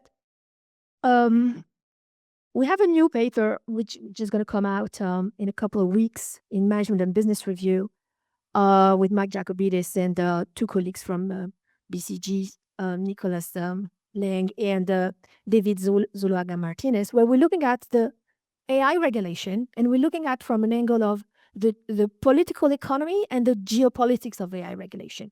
And we come with one, and there's one important idea in this paper, which is that depending on whether you as a country or a region project yourself in a world where you're going to be mainly a consumer of AI, or you project yourself in a scenario where you're going to be mostly a producer of AI, well, the kind of regulation you want is very, very different. And so what we see is that Europe is putting out regulation that is protecting users or aiming to protect users. The US and China, to some extent, have a very different view. They want regulations that allow them to continue to produce AI. And so I think that in order to answer the question of what are we regulating for, there needs to be this preamble question, which is, who are you? And what role do you want to play in AI? That of a consumer or that of a producer? And I think if we don't put that question out there, we risk sort of talking past each other. I will stop here for my first remark. Thank you. Well, there's a few interesting things here. Certainly a question about whether we've had too much hubris in the past, both regulators and potentially everybody. I think it is everybody, actually. We just need to accept that the future will involve surprises. This point about problem definition, which is recurring, and whether it is all a competition problem, and I think the answer is no. There will be problems that arise that wouldn't be fixed by more competition. They're just different. And this point about consumers versus producers, of course, every country has consumers and should be concerned about them, but some are more focused on enabling the production of AI, focused on barriers to generating more electricity and so on. So that's correct. I'll dive in with some more individual questions, and I'll start with Ollie again. What characteristics would make for an effective tech regulator? Capable of kind of having the product level discussion that would be productive, and what does a good dialogue look like? And then the counterpart of that, from the company side, what kind of regulatory engagement is helpful? What can slow down product teams without improving outcomes? So yeah. So what makes for a good regulator? Confidence and courage, I would say, and I'll explain a little bit more about what I mean. I think that I take Annabelle's points very well. I think part of if you're engaging with regulators, as it is inevitable that a company of our size has to, you have to engage in a way that presumes that if the process is operated fairly and reasonably on the evidence, then you may be told to do things that you would prefer not to do. That's a part of the model of engagement. It's a process that's led by democratically elected decision makers, and you have to respect and engage on those terms. I think as you're engaging, what makes the process faster, cheaper, more measurable is a number of things that I think, as I say, fall under this head of confidence and courage. Being very clear about what we're trying to achieve together. I think one of the big challenges in some of the legislation that we've worked with recently has been either one end of the spectrum, very prescriptive types of solution that perhaps would have solved the problem of 6 months ago, or when the legislator was drafting, but clearly aren't future-proof now, and we nevertheless have to comply with them. I think the DMA has a couple of examples of provisions like that, probably too specific. And then at the other end of the spectrum, you have very, very broad sort of discretionary rules. Thou shalt not self-preference. I mean, you think of the nature of the integrations that a lot of the larger companies and to be frank, mid and smaller sized platforms who are sort of at an earlier stage in that process are looking ahead to a world where, as a platform technology, there will be all sorts of integrations. So how on earth do you think about how to properly comply with a broad rule of self-preferencing? So having a very clear, future-proof, so sufficiently malleable, but not so vague and opaque so that you don't know where you're trying to head to, that notion upfront is very, very helpful. A willingness to engage at a technical level as quickly as possible with the technology firms. I cannot tell you how helpful that is. I pride myself on my own skills as a lawyer, and I've got plenty of great lobbyists, but that part of the conversation doesn't really have much upside in the engagement with the regulator who's trying to understand the underlying technologies, who might want to brainstorm with you particular types of solutions. So getting technical as quickly as possible. I think it's very encouraging in the UK, see the amount of investment that there's been in having sort of data scientists, UX designers, those kinds of people in the discussions with technology firms is very, very helpful. A willingness to adopt an innovator's mindset, right? Even though you're sitting in a regulator, doesn't mean that you can't take that sort of mindset. And I think that means engaging with us, being prepared to experiment, being prepared to iterate on solutions. We will not get it right. Perhaps this wasn't the problem that we should have been addressing. As plenty of you here will know, as innovators and product designers, version 3, version 4, version 5, perhaps that's where you want to get to. So willingness to engage on those terms, to be courageous about turning down experiments when we haven't achieved the type of outcome that we want to achieve. I think those are all really important components in the day-to-day with the regulators that we work with. Thank you. Alexander, how should the rules evolve when potential harm is unclear and market structures are in a state of flux? You might also want to comment on this kind of point about, that Ollie made about regulators being bold and courageous. Is that consistent with how do you deal with the overconfidence when we're too predictive about the future, or too confident that old models still apply as well? Yeah, I think the short answer is, how should rules evolve when the harms aren't clear? It depends partly on the regime you're dealing with. So if you have a regime like the Digital Markets Act, where the rules are hard-coded into legislation, it is very difficult to evolve them. Right, there are certain steps regulators can take, but that is difficult, and you end up with legislation that can sometimes be brittle. And you have to, of course, look for broader legal principles to try and ensure that laws are interpreted in an optimal way, but there are limits to that exercise. I think in other regimes, such as the CMA's digital powers, which does give it rulemaking ability, it has the ability to be more interventionist than the DMA, but it also has the ability to be less interventionist.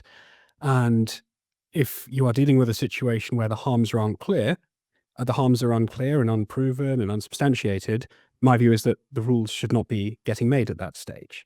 The rules should be delayed until there is a harm that they can anchor on. And the reason that's really important is not simply because of a philosophical position that intervention is presumptively bad.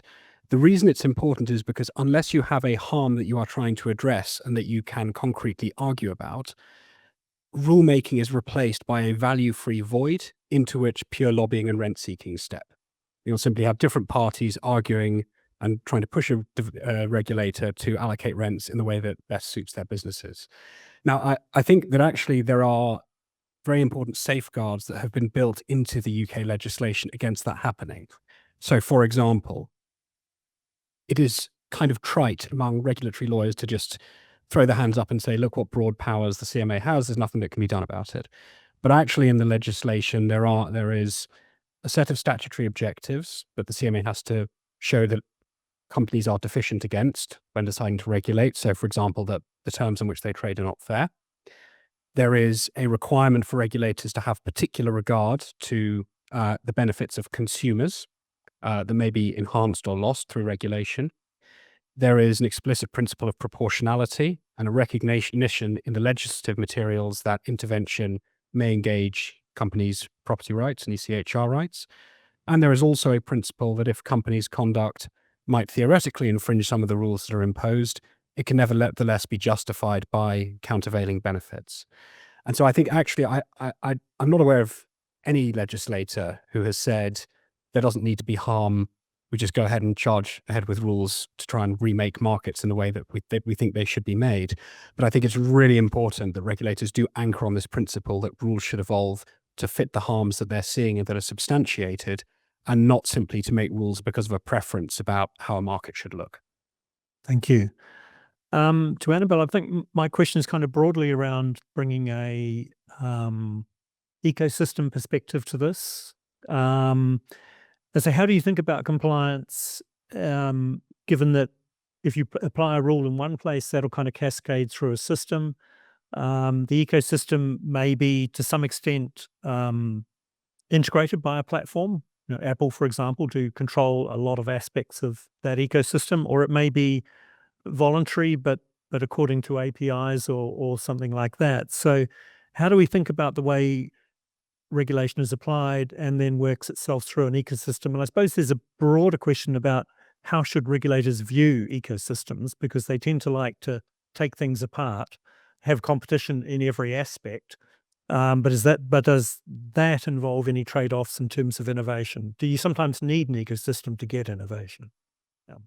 Brian, it's a great question. And this is a very active area of research and that is beginning to have some impact on regulators. So, for example, the Brazilian Competition Authority recently, in a decision about Apple, used literally the notion of ecosystem theory of harms. So going back to the point you were just making about with which I completely agree, that rules should not exist in a vacuum or just express value statements, but be on the basis on identified harms. Actually, when I was an expert in a working group called the it was at the European Commission. It was the first observatory of the online platform economy. And some of the work we did was a precursor to the DMA. Obviously, there were many other people who were involved. But what we did for months was to try to come up with a catalog of practices and try to evaluate whether they were problematic and problematic for who. So at least in this example, it was very much harms driven and with an open mind. Because obviously, you could consider something as harmful, but someone else could say, actually, it's not harmful at all. So the very notion of harm also sometimes depends on, who is examining the harm. Just like value is in the eye of a beholder, it could be hard sometimes to have everybody agree that a particular practice is harmful. But be that as it may, to go back to the question of ecosystems. So in the digital economy today, a lot of products and services, most of them are really connected to each other. We've got seamless integration via, cables, protocols, software, and data. Okay. And the value is created often by multiple actors that generate some data that gets processed and exploited in other parts of the network. Actually, one of the paradoxes of the digital economy is that, in the emergence of these so-called platform firms, is that even if the process of value creation is very distributed across these ecosystems, the value capture is very, very centralized. That is, the ability to generate profit is very centralized among nodes of those ecosystems. Therefore, the traditional view of that says that you only need to look at one particular market, and one market being defined as, if you're in the market, you are just all competitors to each other, or products are substitute to each other. And that's all you need to know in order to understand what matters in terms of the degree of competition or the health of this market. That simply doesn't stand when the strategies that companies have do not operate within vertical slices or these silos. The strategies are about creating a value that spans across multiple sectors or multiple markets. And decisions both about technological decisions about interfaces, what kind of data do we allow to go from one sector to another, from one group of users to another or not, as well as decisions about pricing.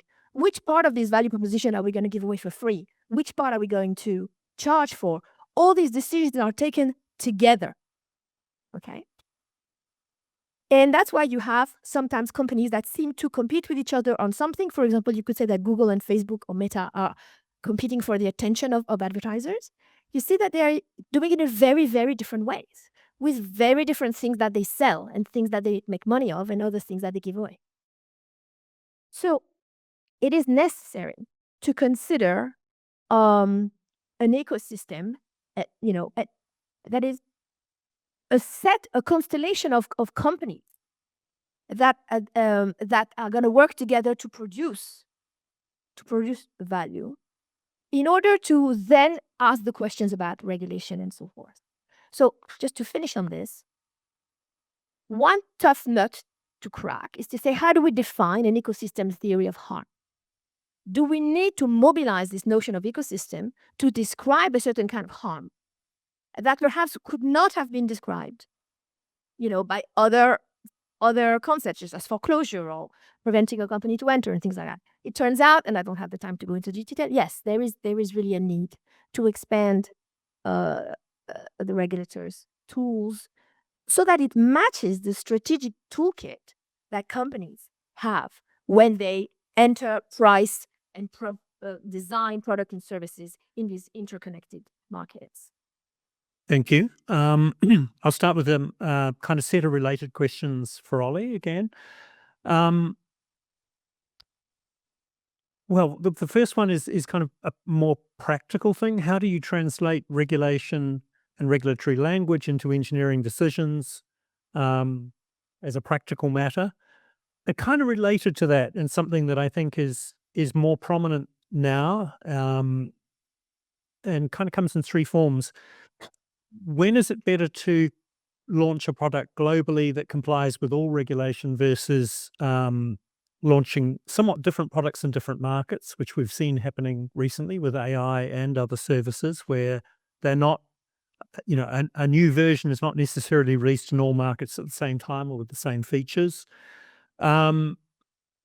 Should you just, if you're a startup in particular, should you try a easier jurisdiction first to test the market? And I certainly, one I'm familiar with was Zipline, who launched in Rwanda first, because they could get the kind of regulation they needed for the drone blood delivery system. And then once you've proven it there, maybe you can have a better conversation with regulators elsewhere.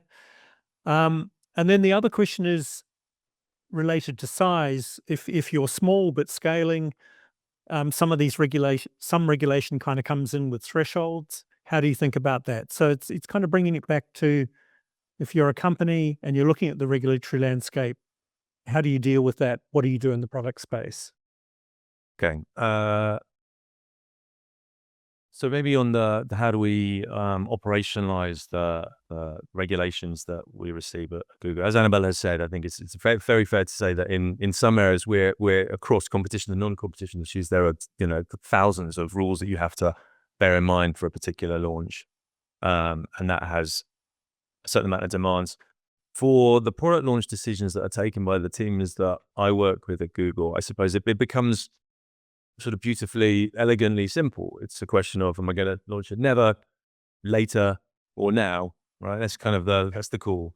And when the sort of hapless competition or arrives in that room, where the same people will have been told probably two things that same day. First of all, OpenAI launched this yesterday, and secondly, we're having lots of conversations with the government in this particular country, and some people there are telling us to be as productive and competitive as we possibly can right now, because that really matters to this particular government. So those are a couple of priors when someone like me arrives in that room.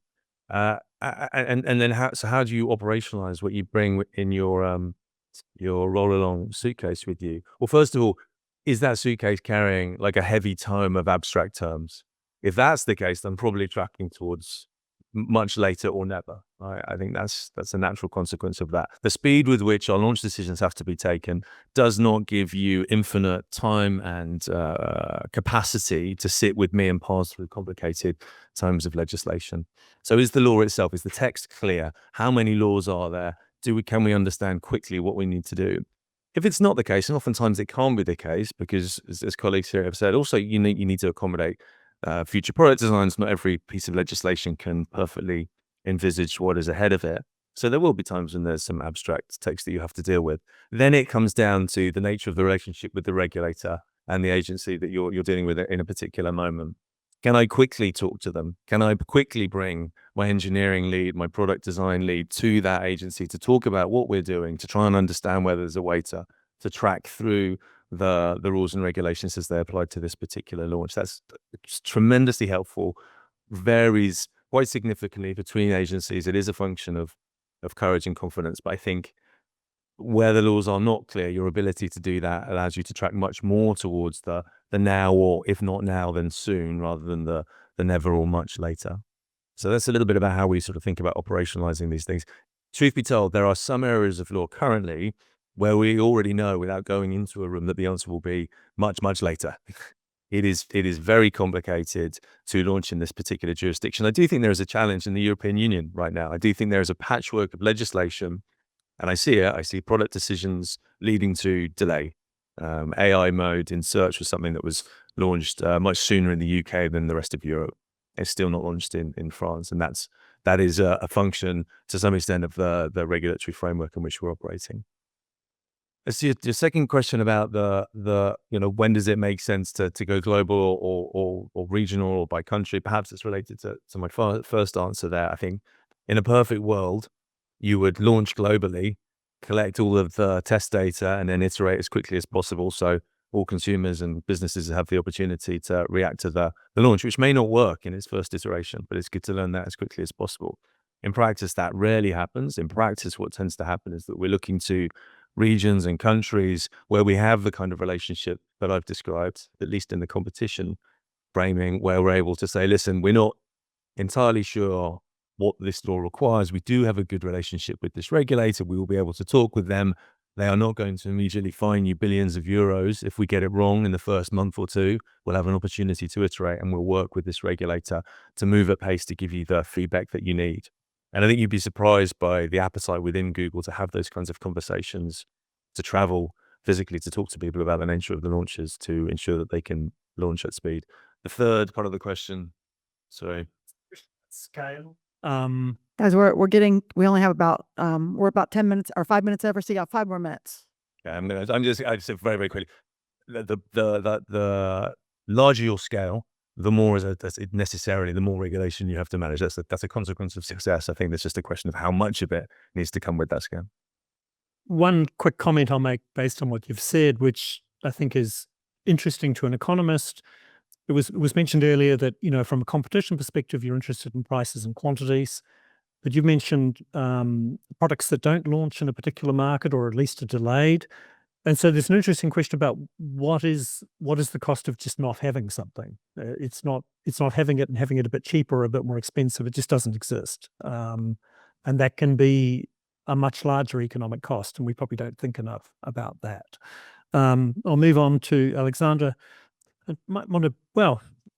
We have to keep it short now, but the question was about legal risks when companies are complying, and in particular when they're looking at different jurisdictions. But I think a related question that we won't have time to get into, I suspect, is whether there are other ways other things that are coming into play with compliance, and particularly might be relevant to smaller companies. Do platforms, in a sense, provide compliance for smaller players? And I have this kind of notion of compliance as a service. And insurers are also talking about AI in a way which would almost be regulating the market, because they would say, we can insure you against liability, but you have to do these things. So I'm introducing parties other than the regulators as regulatory agents.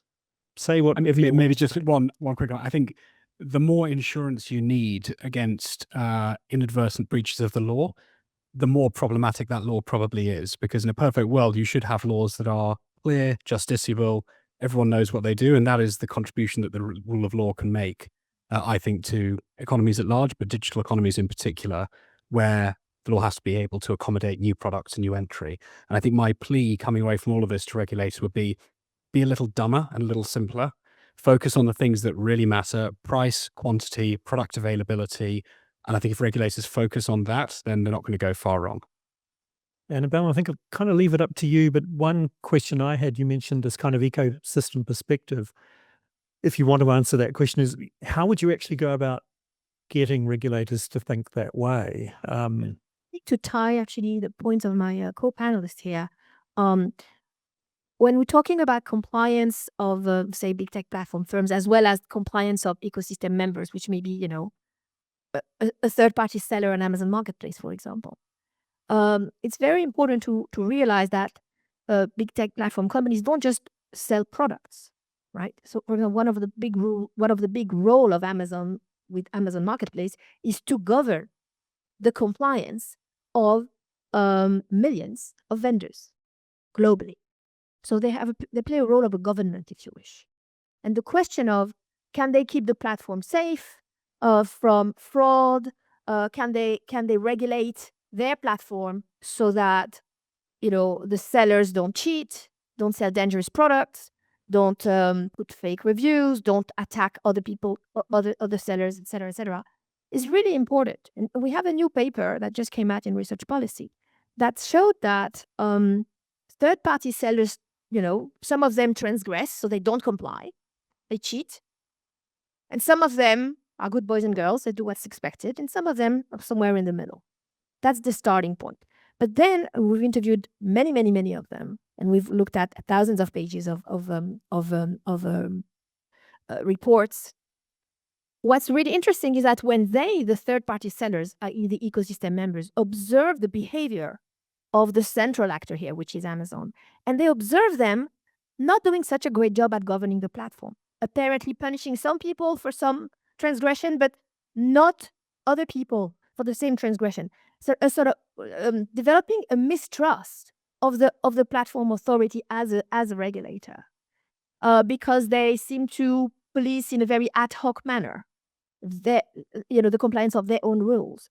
That has a nefarious effect on future compliance of the ecosystem members. So because they mistrust the central authority, what happens is a social contagion of misconduct.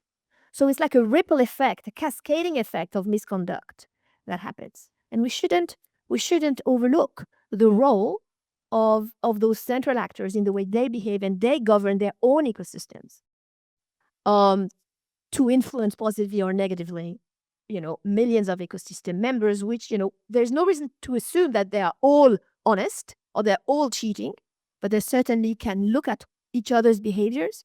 And many of the ones we interviewed said, well, everybody's cheating, therefore, in order to survive, you have to cheat. And we don't want to be in economies, whether mediated by platforms or otherwise, where there is a sense of, without corruption, you can't survive.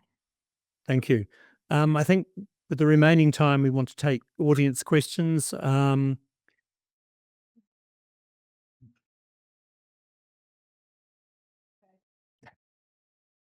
Any questions?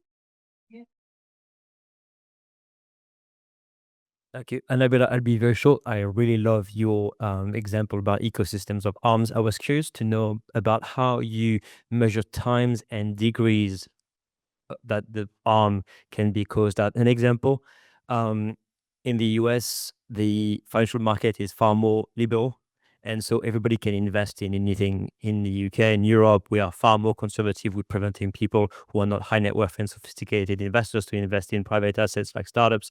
And so that has massive consequences. There is arms in both sides because it's never perfect. So for me, the arms, the way you describe it, the arms there is always arms. There's always consequences. So I'm super curious to know how you think about the degree of the arms, and then over what period of time do we consider the impact? I mean, I don't have the answer to this, right? I mean, my colleagues probably have more views on that. I was just saying that, exactly agreeing with you. What could look harmful to one person could look, not harmful to another person. That's where regulation has to be very clear. It used to be that it's very clear what harm means in terms of, competition going bad, foreclosure, preventing entrance, maintaining a high price over. These would be recognizable harms. And I think there is still work to do today to have a consensus on what do constitute harms. Because what we have are very high level, like Oli was saying, very high level things like, online harms, cyberbullying, but it can be very hard to operationalize what they are. But that's definitely, I think people are aware of that, and there's progress to be done. But my colleagues. Shall we do the break, or do you want to do any more questions? One more question. One more. They don't need a break. Do you need a break? Just, guys, sorry for it's for Oliver because he's from Google, and it's about impact of quantum computing.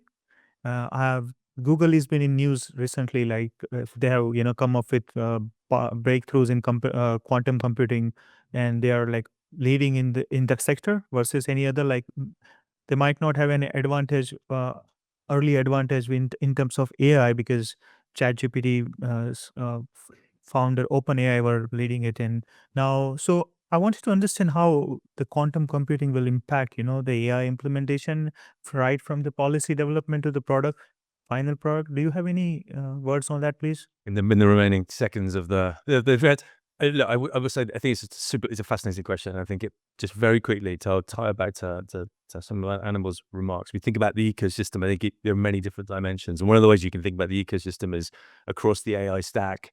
Where are these innovations taking place? Super interesting discourse. The CMA has done some work in this area. Other regulators have done some market studies. Super interesting. Where are the potential bottlenecks? What's the impact of innovation in one level of the stack blowing through? I will say this. I think quantum computing. We've had a bunch of breakthrough discoveries at Google recently. We have 5 Nobel laureates at Google now. I think that's a good thing for a technology company. It means we're moving forward quickly, bringing innovations to the market. Generally, 12,000 PhDs at Google, by the way. So there's a lot of work happening there, still very much at the R&D phase. So I think to be able to draw a direct causal link to what that will mean for chipsets, inferences, and the flow down, the trickle down effects is a bit TBD. I will close on this. I do think that when you look sort of slightly at other parts in the stack, particularly compute, infrastructure, chip capacity, it seems to me that's an interesting area to be thinking about as competition regulators. I don't see a lot of discussion there, some sort of the beginnings of conversations, a bunch of very interesting deals being struck in the space. So some questions there as to where do potential bottlenecks exist, and what should we be thinking about in terms of policy developments to address those? Quantum, a bit more TBD, but thank you very much. It's a fascinating question. Thank you. I think at this point, thank the panelists, and then I think we're going to be having a break. And now we have a great panel to discuss. In the age of agentic commerce, how can we get found online? How can we be discovered online? That's what we're going to discuss in our next panel. And I've already introduced Miss Reillier, Laure. She will start and introduce all the other panelists. Thank you, Laure. So, in January 2025, so this year, the MIT Technology Review declared AI means the end of internet search as we've known it. So for many of you in this room, that statement isn't theoretical, it's business reality. If you're a business trying to stay visible online, if you're a platform managing discovery, if you're a policymaker thinking about competition, this is reshaping your business reality right now. To understand what's changing, let's quickly look at how search has evolved. So in the 1990s, we had Yahoo's human-curated directories. So editors were organizing websites into categories. And then in 1998, Google revolutionized the market with PageRank, using algorithms to analyze links and rank pages. And for 20 years, that system was prevalent. You type keywords, Google returned a list of blue links, and then you clicked on those websites. And businesses learned how to optimize that, right? And that's the SEO, search engine optimization industry we've all known. But we're now entering a third era, and that's conversational search AI, where you don't get the list of blue links. What you do is that you get directly answers from AI, and that AI has read and understood content from the web. And the adoption is staggering. 35% of people in the US now use Gen AI tools. And out of those people, 44% use these tools as their primary search tool. If we look globally, 900 million people use Gen AI tools. That's 11% of the population, and that number will certainly keep growing. So, we also have other channels. Nearly 40% of Gen Z people now use TikTok or Instagram for restaurant recommendations, bypassing Google. And so the paradigm of keywords, ranking, blue links is completely reimagined. This isn't a future trend, it's happening right now. Before I introduce the panelists, I wanted to do a very quick poll in the room and online. I want to ask you, do you think your current SEO strategy is fit for purpose in the age of AI? If yes, raise the hand. Or Delphine, I want to know what you are doing at Refurbed. Just to get understand of the basis, how many of you do at your? That's very interesting. Justin, do we have the results online? Interesting. No. Okay. So let me now introduce our panel. To help understand this transformation, I'm delighted to introduce three experts in the field. Professor Alex Young, Professor and Chair of the Management Science and Operations at London Business School. And his recent research focuses on platform governance and the value chain of AI. Got Polly Taliwell, who's the COO of Enterprise Nation. Enterprise Nation is a community of hundreds of thousands of SMEs in the UK. And Polly brings the crucial perspective of small businesses. And I'm curious to hear about, what these businesses are doing right now to stay visible online.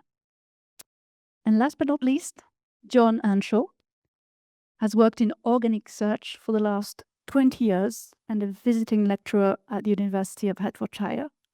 John works with major brands like Harrods and Nordstrom, helping them navigate what dramatic shift you've seen in your entire career. So John will share practical insights on what's actually working today.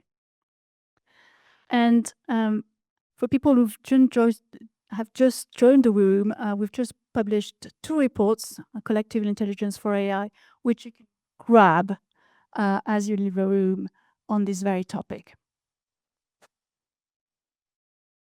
So let's start by understanding the landscape.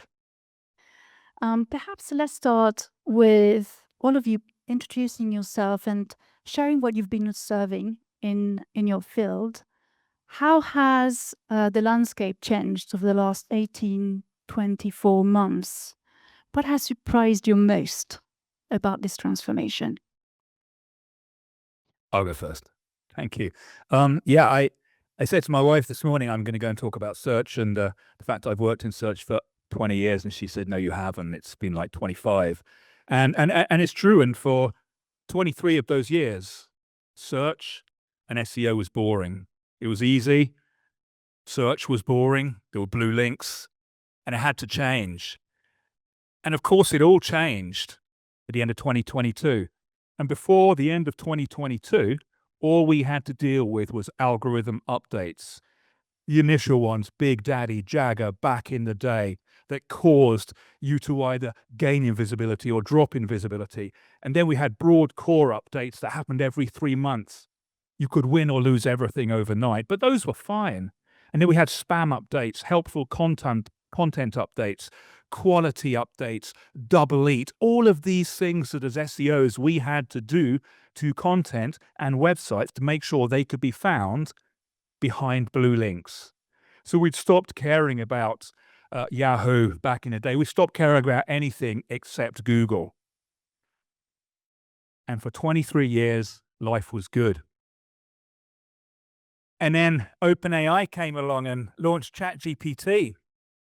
And I was initially really excited. I didn't know what it was, but I'd laid down my $19 a month. I'm going to have some of that. And then I started to see what was so good about it. And then we've got, I won't go into too much detail now, we've got a lot of young people who are using ChatGPT. And when they go to ChatGPT, they don't go best blazers. No, they engage and demand a conversation. And for me, what's really surprised me most is over the past 2 years, the speed with which people have adopted conversational search. They are engaging in multi-turn, minutes-long conversations with AI models, whether it's ChatGPT, Claude, Perplexity, doesn't matter what it is, Gemini. And we stopped using keywords. And the biggest change that's happened in the last 2 years that I could never believe, and I could see it coming, but I still didn't believe it. The old days of optimizing a web page for a keyword to get onto page 1 of Google is gone forever. Not because it doesn't work, but because nobody uses keywords. We use long strings and conversations. So for me, it's just the speed with which all that has happened. And now our job as an SEO, and I'd love to talk to you about getting it dialed because I'm still trying to get it dialed. It's about changing the mindset of optimizing pages for keywords to get into Google to optimize your content for synthesization in LLMs. It's all about synthesization. Doesn't mean everything that we did before doesn't work. It absolutely does. You've got to get all of that dialed if you're going to pass the tests that get you into the conversation. So for me, it's the speed. I'm Polly Dhaliwal, COO at Enterprise Nation. We start off with very humble beginnings in the sense of we actually read the book by Benoit and Laure. I'm a massive champion, so thank you for having me. I'm coming at it from a perspective of small businesses and startups. So Enterprise Nation, we're a small business support community. We've built a platform which essentially matches small businesses to different types of support. I'm a female founder, I have a florist here in London, and I'm looking for funding. How do we, within 3 clicks, match them directly to that support? So we built out a marketplace to do all of that. When we first started, we had, 5 or 6 members joining every week. We were very in person. COVID then hit, and we had to rapidly learn about building a platform. We were a team of 7 then. We're now at 50, and now we have a few thousand members joining every single week. Everything is free for the small business as well.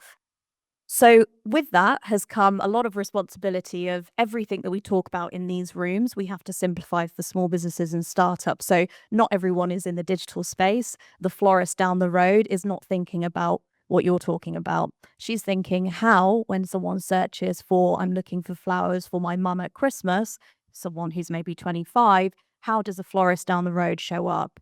So for us, we have to always make sure that the conversation around search content is always massively simplified for these small businesses. Now, what we're seeing is there is going to be a big gap. So we're in rooms here in London. There are towns, high street towns, where you'll rock up to high street stores and they don't even have websites, social media pages. So we talk about AI search and generative search, which is great. I think it's incredible. However, government and organizations in this room need to do a lot more, I feel, on simplifying the message, but making it more inclusive for small businesses as well. So from Enterprise Nation, we come at it from a stance of small business and startups, and we're always trying to help them start, grow, and scale here in the UK. We are actually quite nervous that not enough businesses know about the issues that are about to hit them. And I think a lot has changed in the last year. You mentioned the stat of how much search has moved away from Google into ChatGPT. Businesses have no idea about this. So the harsh reality is, outside of this room, lots of businesses are going to fall even more behind. But it's our job at Enterprise Nation. We are a small business ourselves. We're a team of 50. We have 10,000 pieces of content. So my job is to make sure, as COO, how do we make sure that we're optimized for search so that we're moving forward as well? So I'll come at it from a small business ourselves, because this is not easy. Bigger picture, search is not the priority as CEOs, founders in this room. Unfortunately, it's keeping your head above the water. It's building your team, but content will lead to sales. So I think we always need to remember that content is key in all of this. And I know you work with big brands, but how do small businesses have the punch of a big brand, but with way less budget? And I think that's kind of the bigger conversation for us at Enterprise Nation at the moment. And I can help you with that one. Perfect. Thank you for. You hear me? Okay, great. Well, thank you for having me. I'm Alex Yang. I'm a professor from London Business School. I'm very happy that we have very successful alumni to organizing to have this type of event and organizing this opportunity. Of course, I didn't have the honor to teach Laure, but we have a lot of fantastic programs. If any of you are interested, we are about, I'm trying to get the sense, we're about 2 tube stations that way, very, very close, next to the park. Back to myself, I'm a scholar in the area of the intersection of value chain and technology. So over the last few years, I've been focusing on innovations in digital platforms as well as AI. So because of that, AI search engine is a natural, right? So the search engine business relies heavily on the economic principles for platforms. So in direct or indirect network effect in this case. And we're seeing a lot of changes on how the value chain is restructuring from both the demand side as of how people are doing search differently, and from the supply side as of how the informations are presented and aggregated, compressed, right? A couple of days ago, so I have a little bit confess, I have an 11-year-old son who loves cooking. So a couple of days ago, he was looking for a new pen for his pen collection. And just as Joe, you said, he didn't go to Google, right? He knows Google very, very well, but he was having a conversation with ChatGPT. trying to understand what kind of pants he should buy, right? So this type of new behavior that we see from the customer side is really coming. It's really coming. But the other thing is, as scholars, we take a longer sort of horizon perspective. These type of things, of course, this is not the first danger or peril for search. Right? A couple of years ago, quite a few colleagues or students were telling me Amazon is going to replace Google, because when people want to buy something, they don't go to Google for search. They go directly to Amazon because the information quality is higher. It's more direct. So the industry have experienced some of this, and there are a lot of things to understand, of course, for the AI, for the OAV. Yeah. Thank you all. So let's start with how people search today, right? So John, you mentioned that people have abandoned the keyword game for long conversations. Can you give us some examples in practice? Yeah, definitely. I'll actually give you a real example. And because now as SEOs, we talk about not optimizing content for keywords, but optimizing for intent. You can't optimize for keywords anymore when people ask questions longer than 3 words. So for example, best men's blazers, that's a search, and I could go to Google for that. I wouldn't do that in ChatGPT or Claude or Perplexity because they encourage a conversation. The average number of words that are put into a prompt today is 23. And 23 is 2 words, and it doesn't sound much. But if I compare 3 best men's blazers with 23, what are the best men's blazers for winter 2025 that are under 300 quid and suitable for smart casual? I think that's roughly 23. That is a prompt. I need a conversation, and not one piece of content can actually answer that. So that's why we need to think about creating content that's multi-step. What was the original question? It was Asking you for a practical example. Oh, that was a Which you perfectly yeah. gave. So, and that's it. And the thing is, as people, and it's right, Gen Z don't use Google. Only Malcolm has done VA. But he's never going to use Google. Sorry. Yeah. Sorry, Mr. Google. Is he still here? So I say to my son, I say to him, and I used him as my sounding board, how do kids search? And he's 23. I say, buddy, if you're going to search for a new blazer, would you search best men's blazers? And he said, what are you talking about? It's ridiculous. I wouldn't search. He would never search. Because within all of the social world that he lives, and he's not a heavy TikTok user, everything that his peers search for, whether it's fashion or products or whatever, will appear in his social feeds. So it almost comes to him. And anybody that's going away, and you look at any university, now, but Alex, you walk around your library, every laptop has got ChatGPT open. It literally does, everywhere. And I teach at university, and everybody's using it. And the behavior and the habits that you pick up in that, multi-turn conversations, when I come back to Google, keywords don't cut it. And that's why we see AI mode, which is the paradigm shift. And it really is a paradigm shift. So, Alex, from your perspective, what makes conversational search different fundamentally from the traditional search? Great point. To be honest, I don't think we fully understand how conversational search works, right? There are different implementations, but if we look at very high level, as Joe said, there is on the demand side. By the name, conversational have changed from a few keywords to very long prompt.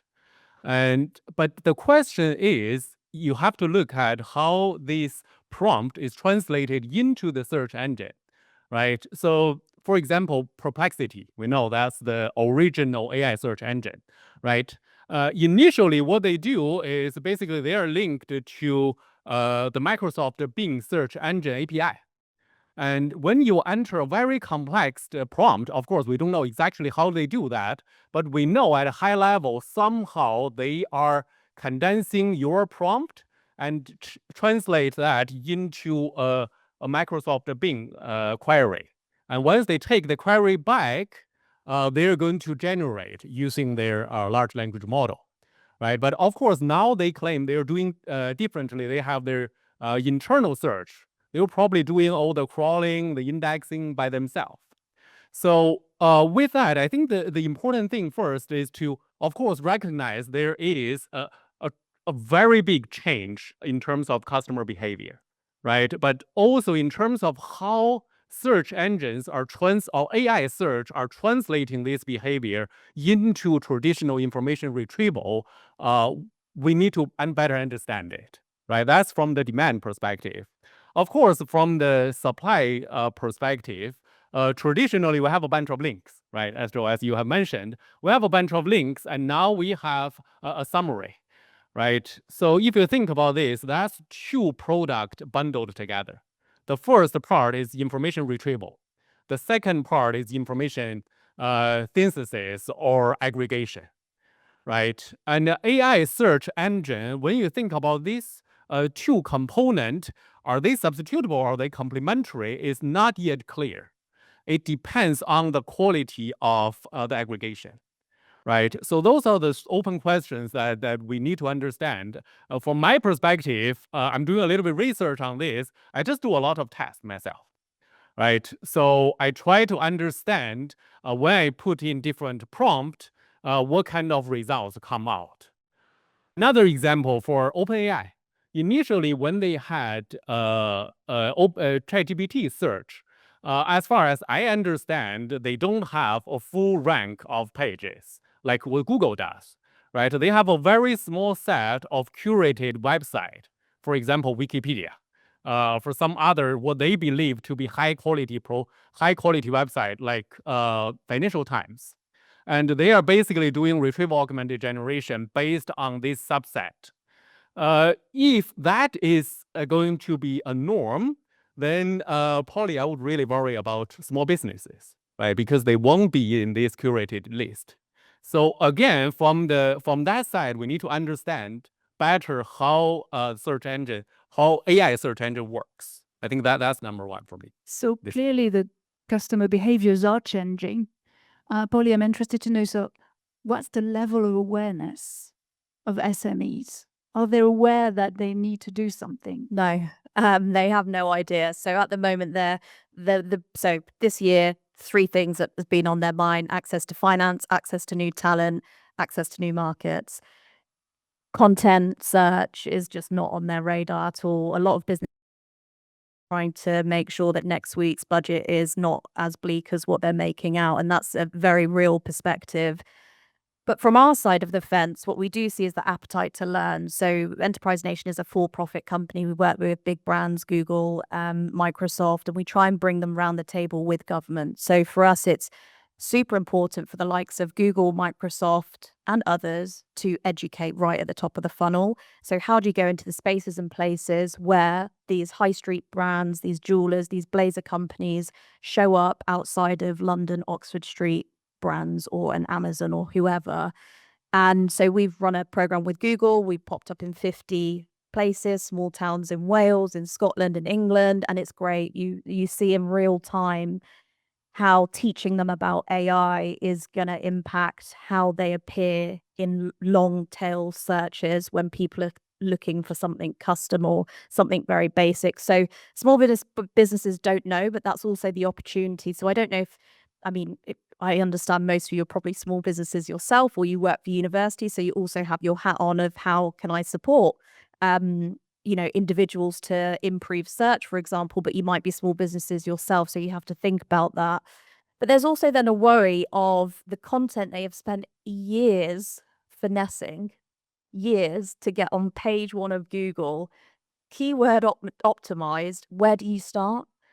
And I would suggest, we're 10 years of content. We're not going to be rewriting it. We don't have budgets like that at all.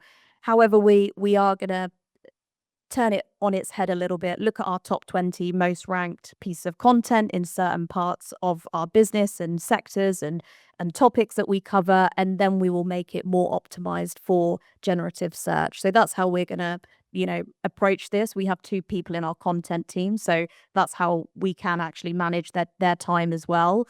But the awareness from small businesses has to be a collaboration of government and big corporates coming together. And it has to be a level playing field. Like I'd miss the talks around governance and policies, but there has to be some sort of rules and regulations around how much can be spent on AI within big corporates, I think. And if it's a free budget, how can they support small businesses? How can they give back so it's a bit more of a level playing field? That's one side of the fence. The second side of the fence is when you look at access to funding, women only access 1% of funding out there at the moment. In London, it's 0.8% at the moment. It's very, very bleak. If you look at the individuals who are using ChatGPT, I think only 6% are women was the last stat. That could be higher in the last week, who knows, but that's phenomenal. Now, of that 6%, how many are looking at generative search? So all of a sudden, those female entrepreneurs who are building great businesses are not on a level playing field all of a sudden. So again, it's access. The education piece is really key for the small businesses, I think. That's staggering stat. Yeah, it's crazy. And this is where the digital skills gap, we're talking about AI, we're in the middle of London and we live in a bit of a bubble. Sorry, we do. Go to a high street anywhere up north potentially, and they will have no idea what you're talking about. They haven't even heard of Shopify yet. Yeah. So honestly, I really think like governments need to do something very quickly, because we're talking about lack of investment here in the UK, and small businesses make up 98% of the UK economy. So I feel we need to do something quick. Okay. So traditional search has always involved two critical stages, the kind of the crawling and the indexing, and then the matching, matching to people's needs. And in this old model, the content creators were happy to be crawled because it brought traffic to their website. But in the new world, people don't need to click anything, right? Because AI serves the information in the conversation.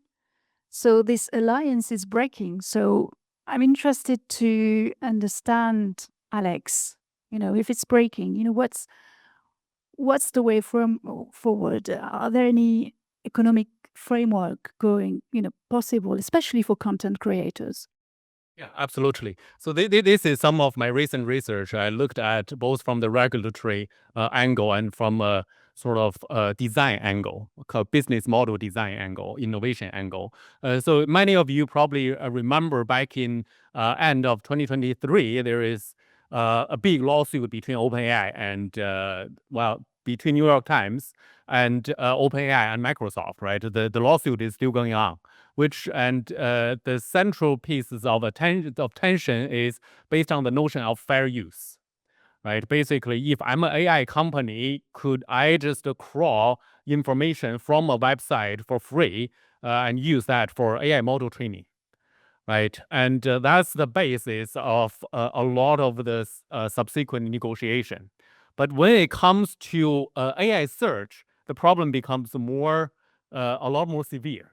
Right, Laure, as you mentioned, I think there are a lot of studies that shows once Google, for example, provide AI summary, the link-through rate has dropped dramatically, right? And what do we do there? I think in the long run, Google will realize this is a problem.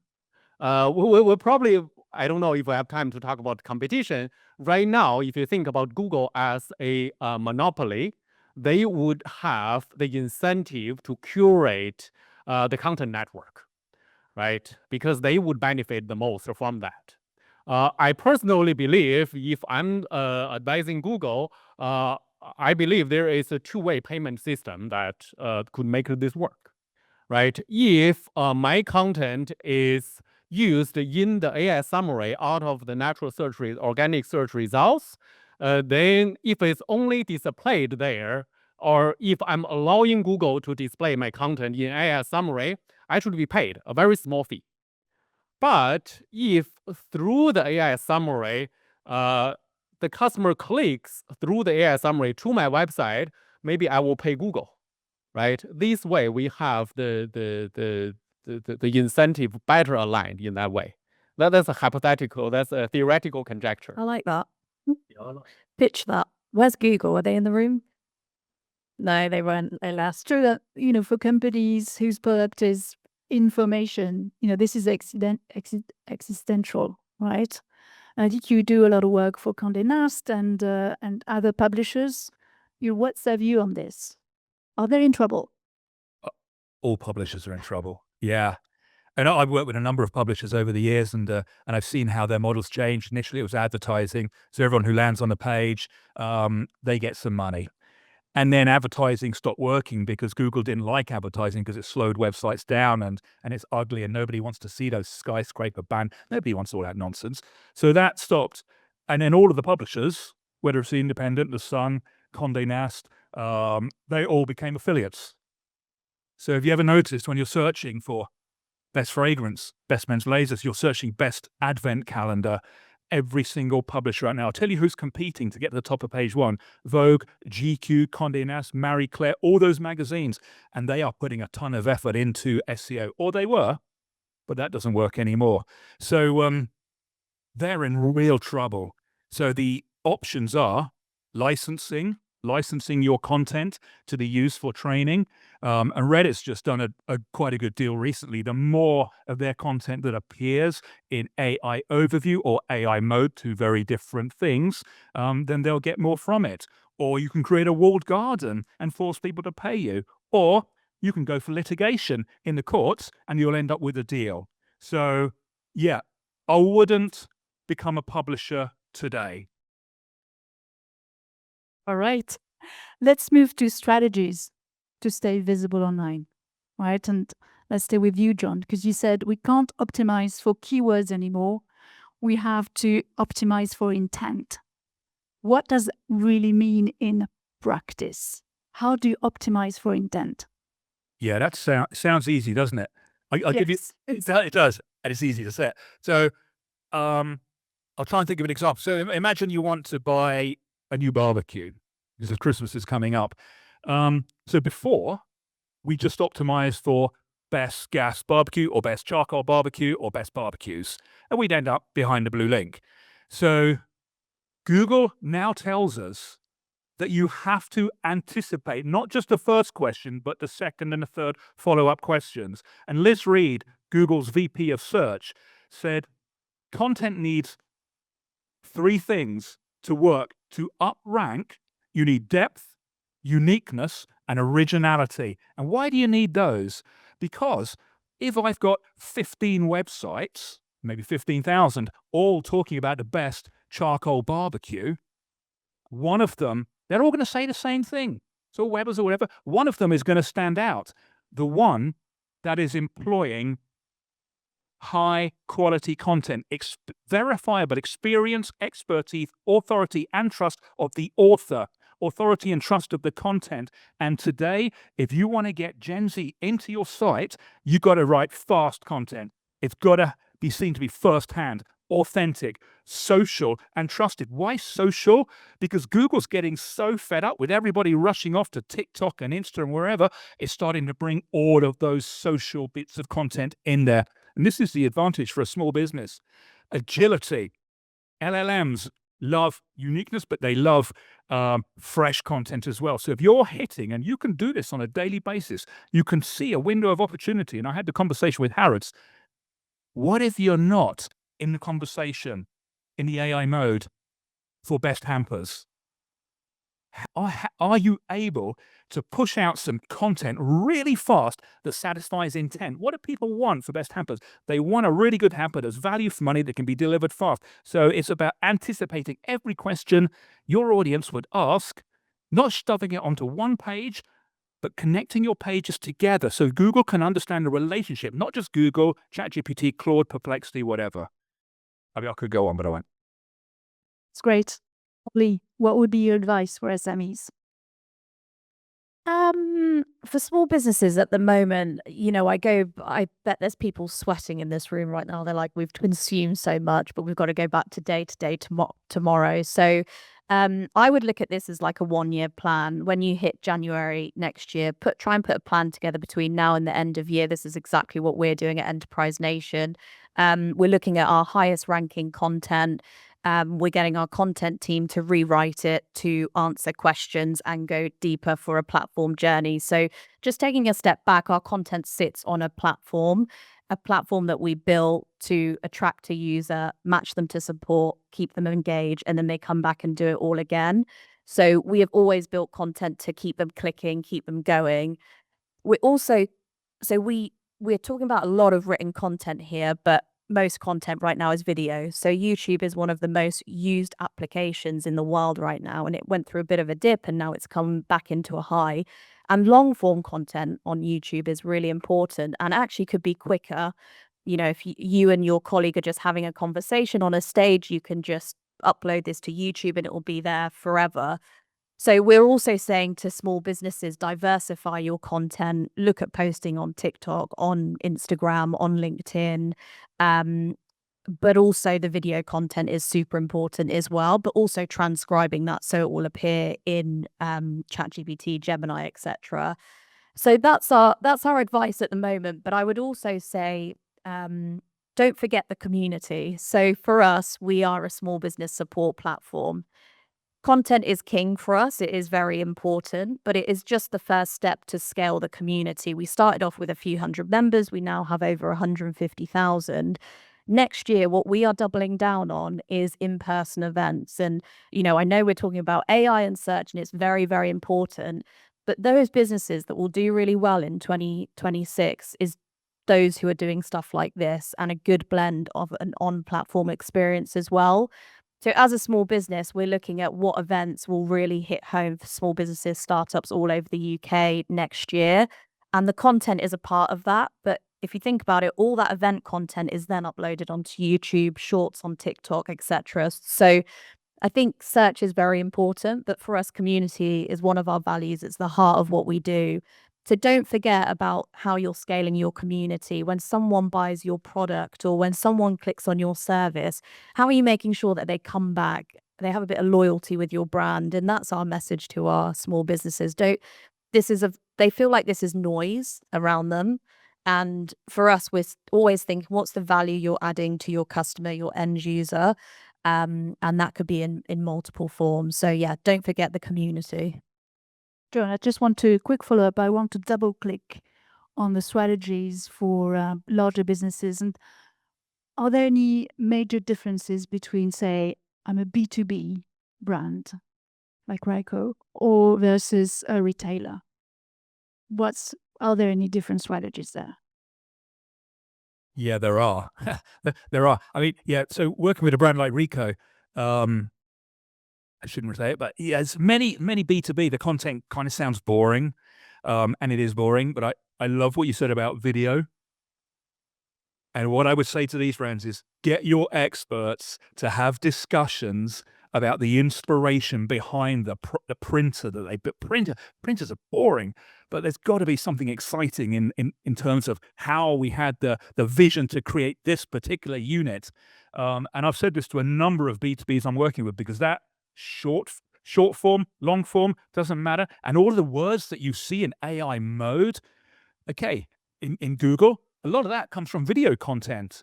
And if you are genuinely authentic and firsthand, and seen as an authority, then you will get the citations, and it's about getting your brand mentioned in the conversation. So should somebody want to click and go and buy or find out more about B2B, then they'll do it through there. Yeah.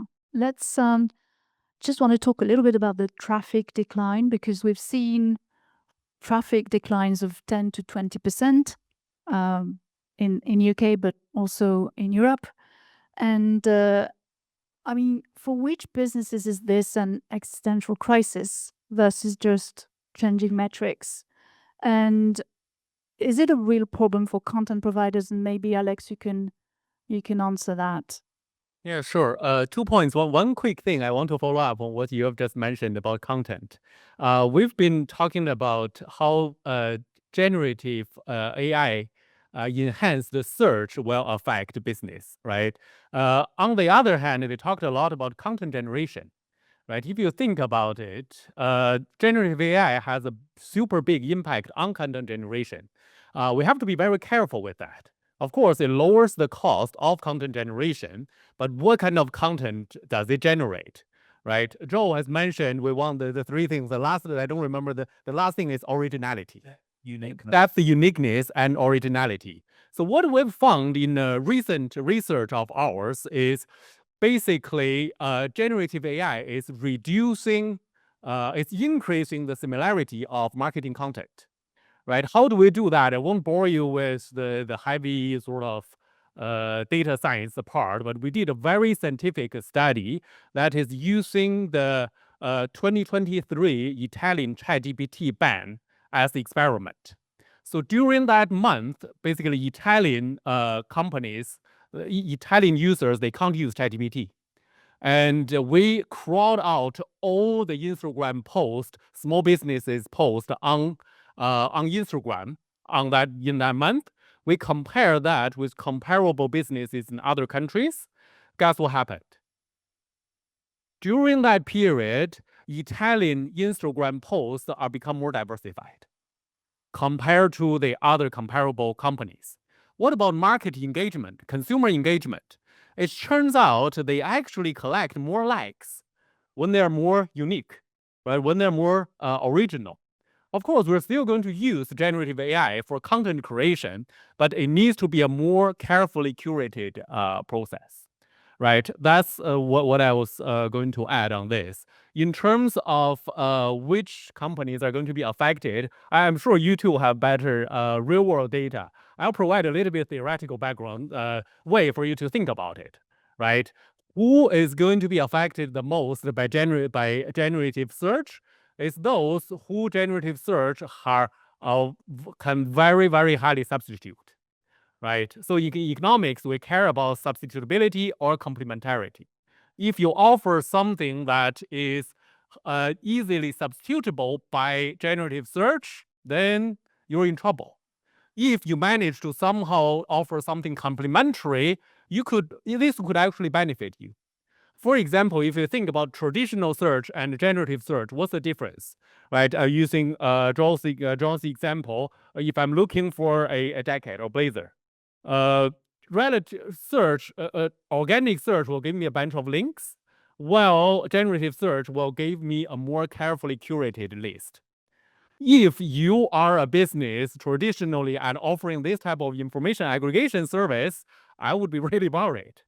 Right. That's why. So earlier this year, when we have Gemini or Google just introducing the AI mode, a lot of travel bloggers are really protesting. Right. This is something that is highly substitutable by what the AI mode offers. Yeah, I'll leave the more rich examples to you. I was just going to say on the content piece as well, like please try to use faces as much as possible. So the big thing of why what we're hearing in the UK, especially in every country, is very different. They don't trust the results when it's just written form and very AI generated imagery. And I hear from some small businesses, oh my God, ChatGPT has changed my life because now I can quickly generate content, but they're actually getting less likes.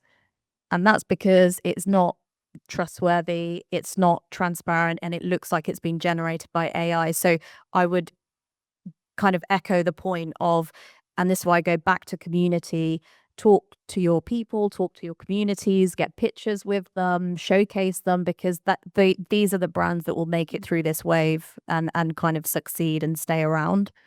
And just sorry to add to that, I've seen so many examples of businesses that have created a ton of content in a short space of time using ChatGPT. You will find yourself gone from the index very rapidly. And Google had a spam update this year that cleaned up 40% of the junk in the search results. It's got another spam update coming before the end of this year. If you're using AI, you have to state what you're using it for, where it is, what its purpose is. And at the end of the day, if your content isn't verifiably written by an experienced expert who is an authority, who can be trusted and verified off-site on social media, for example, on LinkedIn, that content won't be believed. It won't be believed by the LLM, and that's where it's difficult. That's very interesting, not being believed and trusted by the LLM.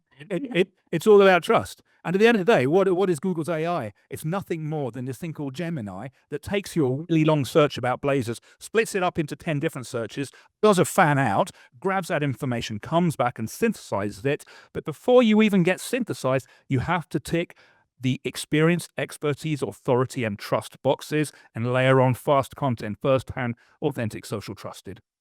So let's move quickly to the future before we close. Are we heading towards a world where websites become irrelevant? Will search become entirely mediated by LLMs and AI agents? And if AI agents start making purchase decisions for us, what happens to cross-selling? And what happens to the entire e-commerce model? Small question. I'll start off with a little bit just on that in terms of the future. I feel like we're starting to see this with content creators. It's all about them. It's not a brand that sits behind them. It's not a company that sits behind them.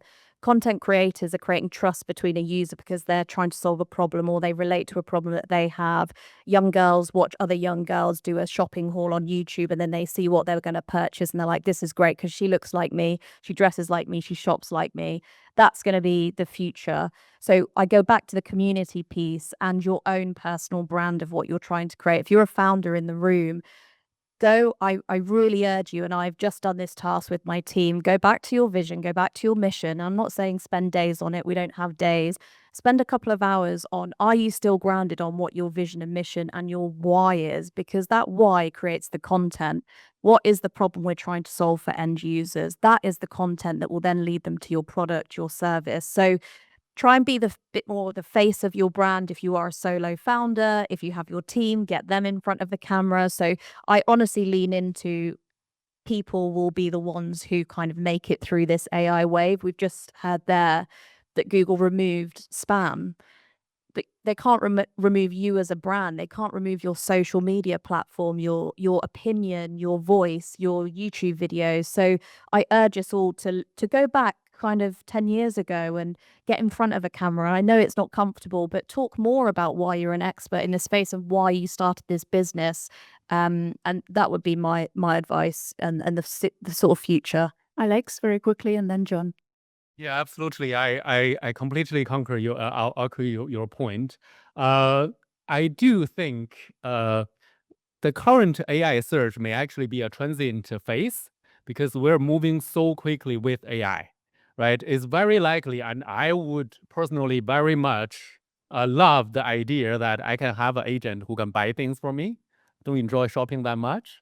So that would be great, right? Cross-selling, it's something that a lot of business, of course, care a lot about. But when it comes to AI agent, we need to understand the agents. We need to understand the agent's behavior. And more broadly, this is what we do with our students when we teach AI, right? In the business setting, take each of your business processes, break it down to different steps, and figure out for each step, can AI do better than you do in the current step? And if yes, which AI will basically replace you or assist you for this step, right? Would it be you are building an AI agent to do this? For example, the search landscape could change. I can very easily use LLM to build a front end of the search engine. The back end, I'm basically going to connect it to a Google API. I'm not bothered by paid search, all this anymore, right? That could be a good thing. And but for other things, maybe you want to condense the activities and only focus on the one of that you truly have core competence. That's my general suggestion. Cool. And then, just to finish, Ollie, I totally agree with what you said about video, but I would say that is right now. And we are seeing brands like Giorgio Armani who are struggling in organic search because of creators, young female creators saying, I tried this product and I loved it, and here are 5 reasons why it's great. They are beating the brands hand over fist. And in terms of, while we're all worried about AI, Google's got a very clear trajectory that's 4 stages, multimodal right now. Multimodal, as an example, this morning I was walking along on my watch. The buckle came apart. I thought, how do I fix that? So I took a picture of it and Googled and I said, how do I adjust this clasp? And it gave me some answers. I said, no, can you give me a video? And it gave me a video. So I'm going to fix that on the way home. So we're multimodal. Next step is visualization. And we're going to see that in the next couple of weeks, especially in the lead up to Christmas with products appearing. Then it's personalization. Then it's agentic. And at that stage, all our websites will be reduced to the plumbing of the internet. And there's nothing we can do about it. And that terrifies me because it's been my job for 23 years to optimize websites. But that's not working. Right note. Sorry. We have perhaps a couple of minutes for questions in the room and online. Yeah, I'll start with Charlie. I have a very practical question for John. In the past, if you were trying to optimize for keywords, you go to whatever keyword tool you use to analyze the masses and masses of search data that existed that Google, for example, made public. What's the equivalent in the new world? That's such a good question. You're talking about search volumes. So for ChatGPT, for example, if you wanted to analyze the intent you were talking about, what people are asking it, etc., what would you do? Well, in the old days, you'd break a business down into keywords that represented this ecosystem. So if you're selling barbecues, you'd have like maybe 1,000 keywords. Now we break it down into conversations, and a conversation is nothing but keywords together. So those keywords all have an associated value in the old world that you can translate into a new world. So you can actually start to understand the value of a conversation based upon the intent tagged to keywords. Yeah, we do. Yeah. Thank you very much. I have actually tons of questions, so I will push only one. Only one, I know. Monetization of search. So, what we discuss here is a lot about organic content or content leading to organic search. But Google and Microsoft and others, Meta as well, how making a lot of their business model on paid search. So how will this work with Gen AI, and when we will see the monetization of search in Gen AI? Imminently. Go on. A little bit of theoretical answer again, sorry. I think it eventually depends on the network effect, right? So Google is able to monetize search because it has very strong network effect. And now we see when we have generative AIs, to some extent, the entry barrier for search engine is lowered, right? I can build a search engine. And because I don't have that network effect, or I don't have very strong bargaining power, I won't be able to monetize that.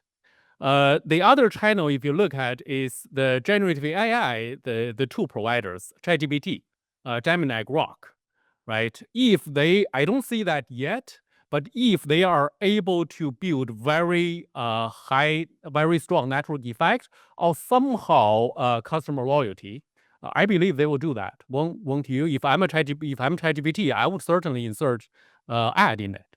Yeah.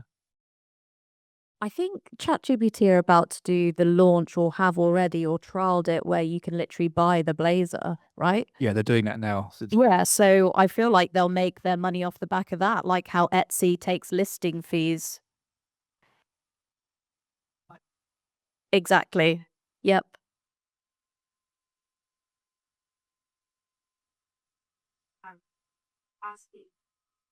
That is my Christmas.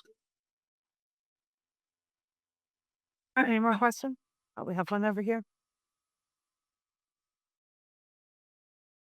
Thank you very much. This was a really interesting topic, and I enjoyed the academic look on it.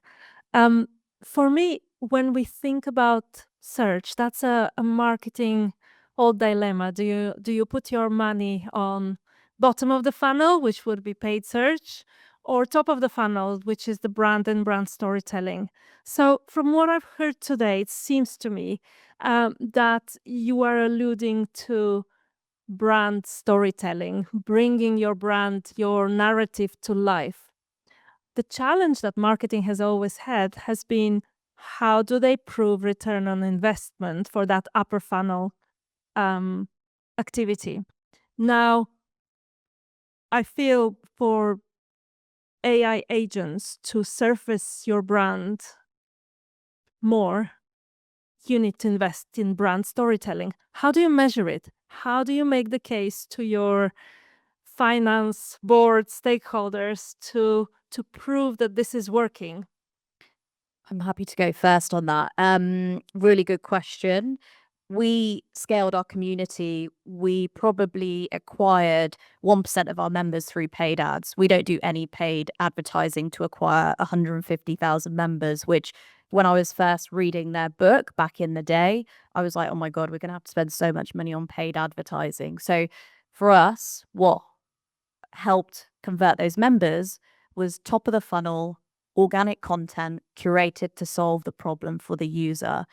In front of that would be a member, a small business that looks like them. So the small business founder, the florist, female founder in London, she was telling her story. And then another female florist who's looking for funding would read that story and then be like, okay, great. That's how Enterprise Nation solved that problem. So for us, it's very black and white in terms of brand and storytelling is what you're trying to achieve, right? You're trying to tell the brand and tell the story, show the brand and tell the story. But how you're doing that is through video, through a TikTok video, through a social media post. All of those have impressions, reach, clicks, conversions, just like paid search does or paid advertising. So the measure's the same for us. We put value into our organic content that we curate, and then we actually measure it against the paid content. So yeah, I would say the brand and the storytelling is just like what you're trying to achieve, but how you do that can still be measured, definitely. But how you get budgets from, I mean, I don't know if you work for a big corporate. What's your role? What do you do? Okay. Yeah, one thing as well, what you're talking about selling printers, just make sure you have someone exciting in front of the camera selling the printers because it could go horribly wrong. Good science there. Yeah, you really need someone who understands where you're going as a CMO, head of marketing in these big brands and corporates, to understand that brand and storytelling is really important right now. We're seeing a lot of brands like Giorgio Armani, their CMO getting let go because, and other fashion brands, major fashion brands, because their CMOs are not keeping up with the way the communities are being scaled now. So yeah, I think it's disappointing if CMOs don't see that, to be honest, and the value in it. Thank you so much to all of you. Thank you for the audience for questions. I think we're going to have to stop here because we have another session. Thank you very much. Thank you. Wonderful. And now we are going to do the Platform Leaders Annual Prize. So could I please ask Benoit and Laure to come back? So this is the academic prize. So Platform Leaders was set up to bring together people from different worlds, people who didn't always speak the same language, academics, practitioners, policymakers, but yet together they were shaping the future of digital platforms. And one thing we found was that some research was super interesting, but not used at all.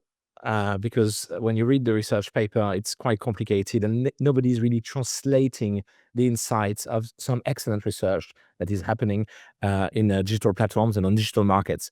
So we thought that we would try to do something about it. And last year, we had our inaugural academic prize that we gave platform leaders. And we're doing this again this year. So we had a jury. We had a jury this year. And some of the jury members are actually in the room. Lindbergh, do you want to show a hand? Yeah, exactly. So Lindbergh is the co-founder and the CEO of Fixter. We had Sandrine Zhang-Ferrand. She's the co-founder and CEO of Vinteria. And Samir Singh, who's a partner at Speed Invest. And obviously Benoit and I. So what's quite unique about this prize is that we one of the key criteria is the relevance and the impact of the research in the real world for practitioners, and the jury is made up of practitioners. Now, we are helped, and we would want to thank some of our friends at platformpapers.com, because these are the professors and the academics who sift through hundreds of papers and pre-select a number of papers for us. And then we decide the winner after a healthy debate. So we had 3 finalists this year, 3 very interesting papers. I mean, frankly, if you have time, each of these papers is excellent.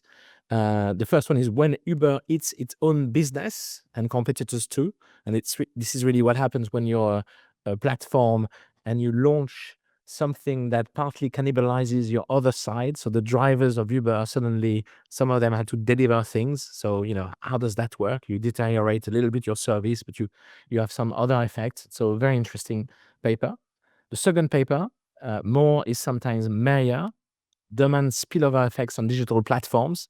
It's very interesting analysis of Spotify data to look at the impact of launching an album or a piece of music at the same time as a star, and some counterintuitive findings there.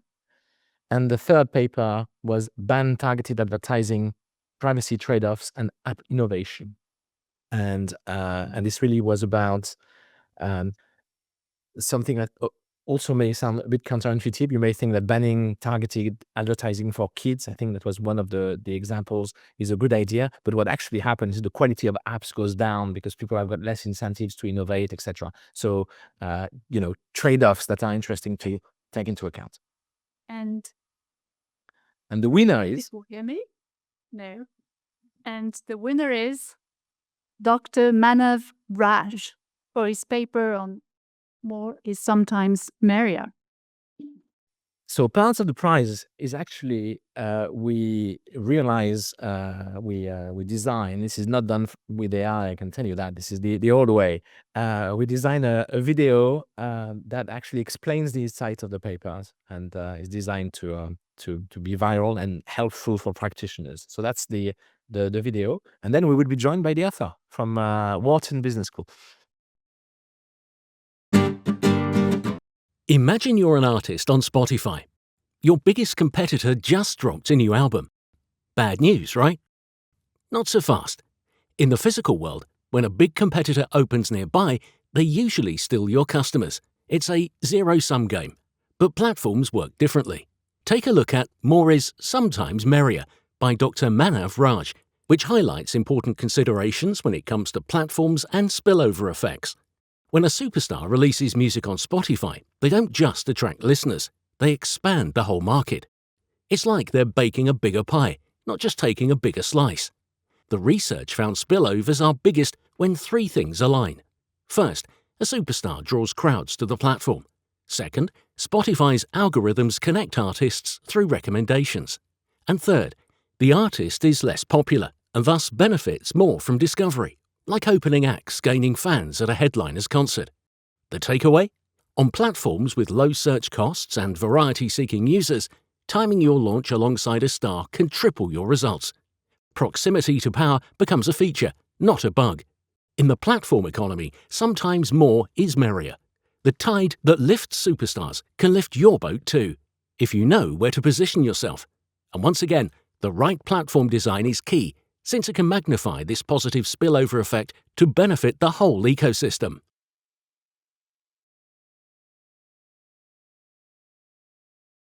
Thank you so much for having me.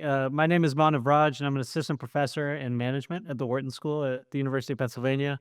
I'm thrilled to be here, at least virtually, to accept the Platform Leaders Academic Prize. And, I want to thank Benoit and Laure for organizing, as well as all the members of the jury. I was especially happy to hear the jury felt that my project serves as a bridge between research and practice. As an academic, we often are mostly in discussion with other academics, so it's very, very gratifying for me to be able to share my work with practitioners and also to hear that there may be some findings that are practically useful.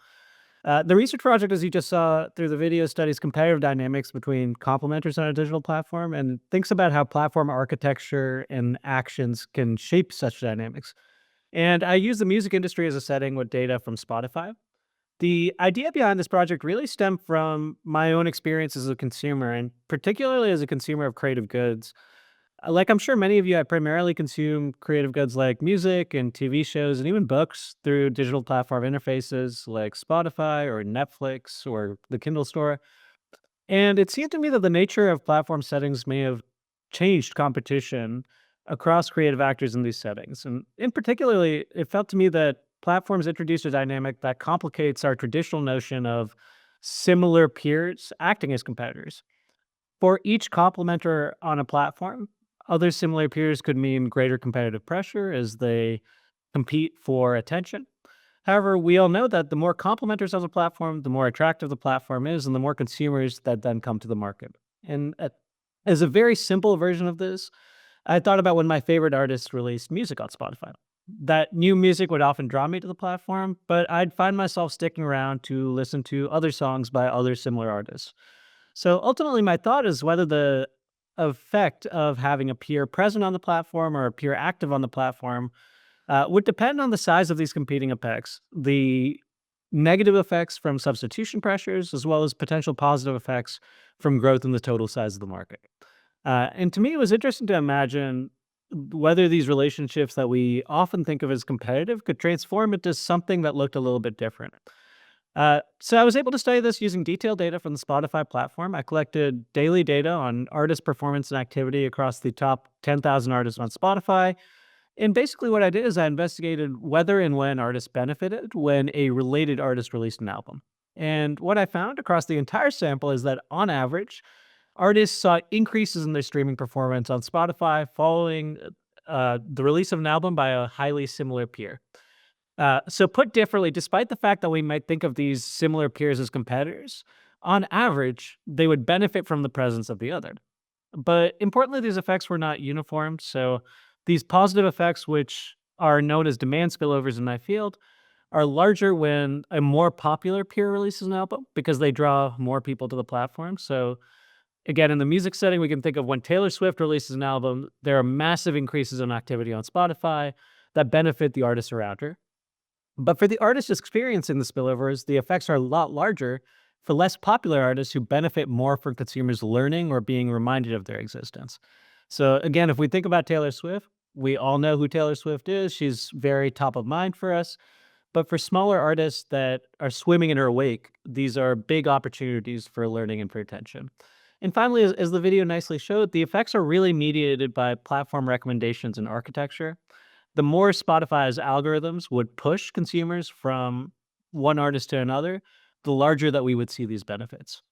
And to me, the most interesting part of the study was the practical strategic recommendations I was able to draw from it. We oftentimes think that firms should try and differentiate from their rivals. And, in the context of the music industry where I studied, this could take the form of producing distinct music that's kind of different, or perhaps finding release dates that are less crowded so we're not competing for attention. And one really salient example that I think is interesting is that if we go back to 2017, after removing her music from Spotify 3 years earlier, Taylor Swift returned to Spotify on the same day that Katy Perry's new album was released.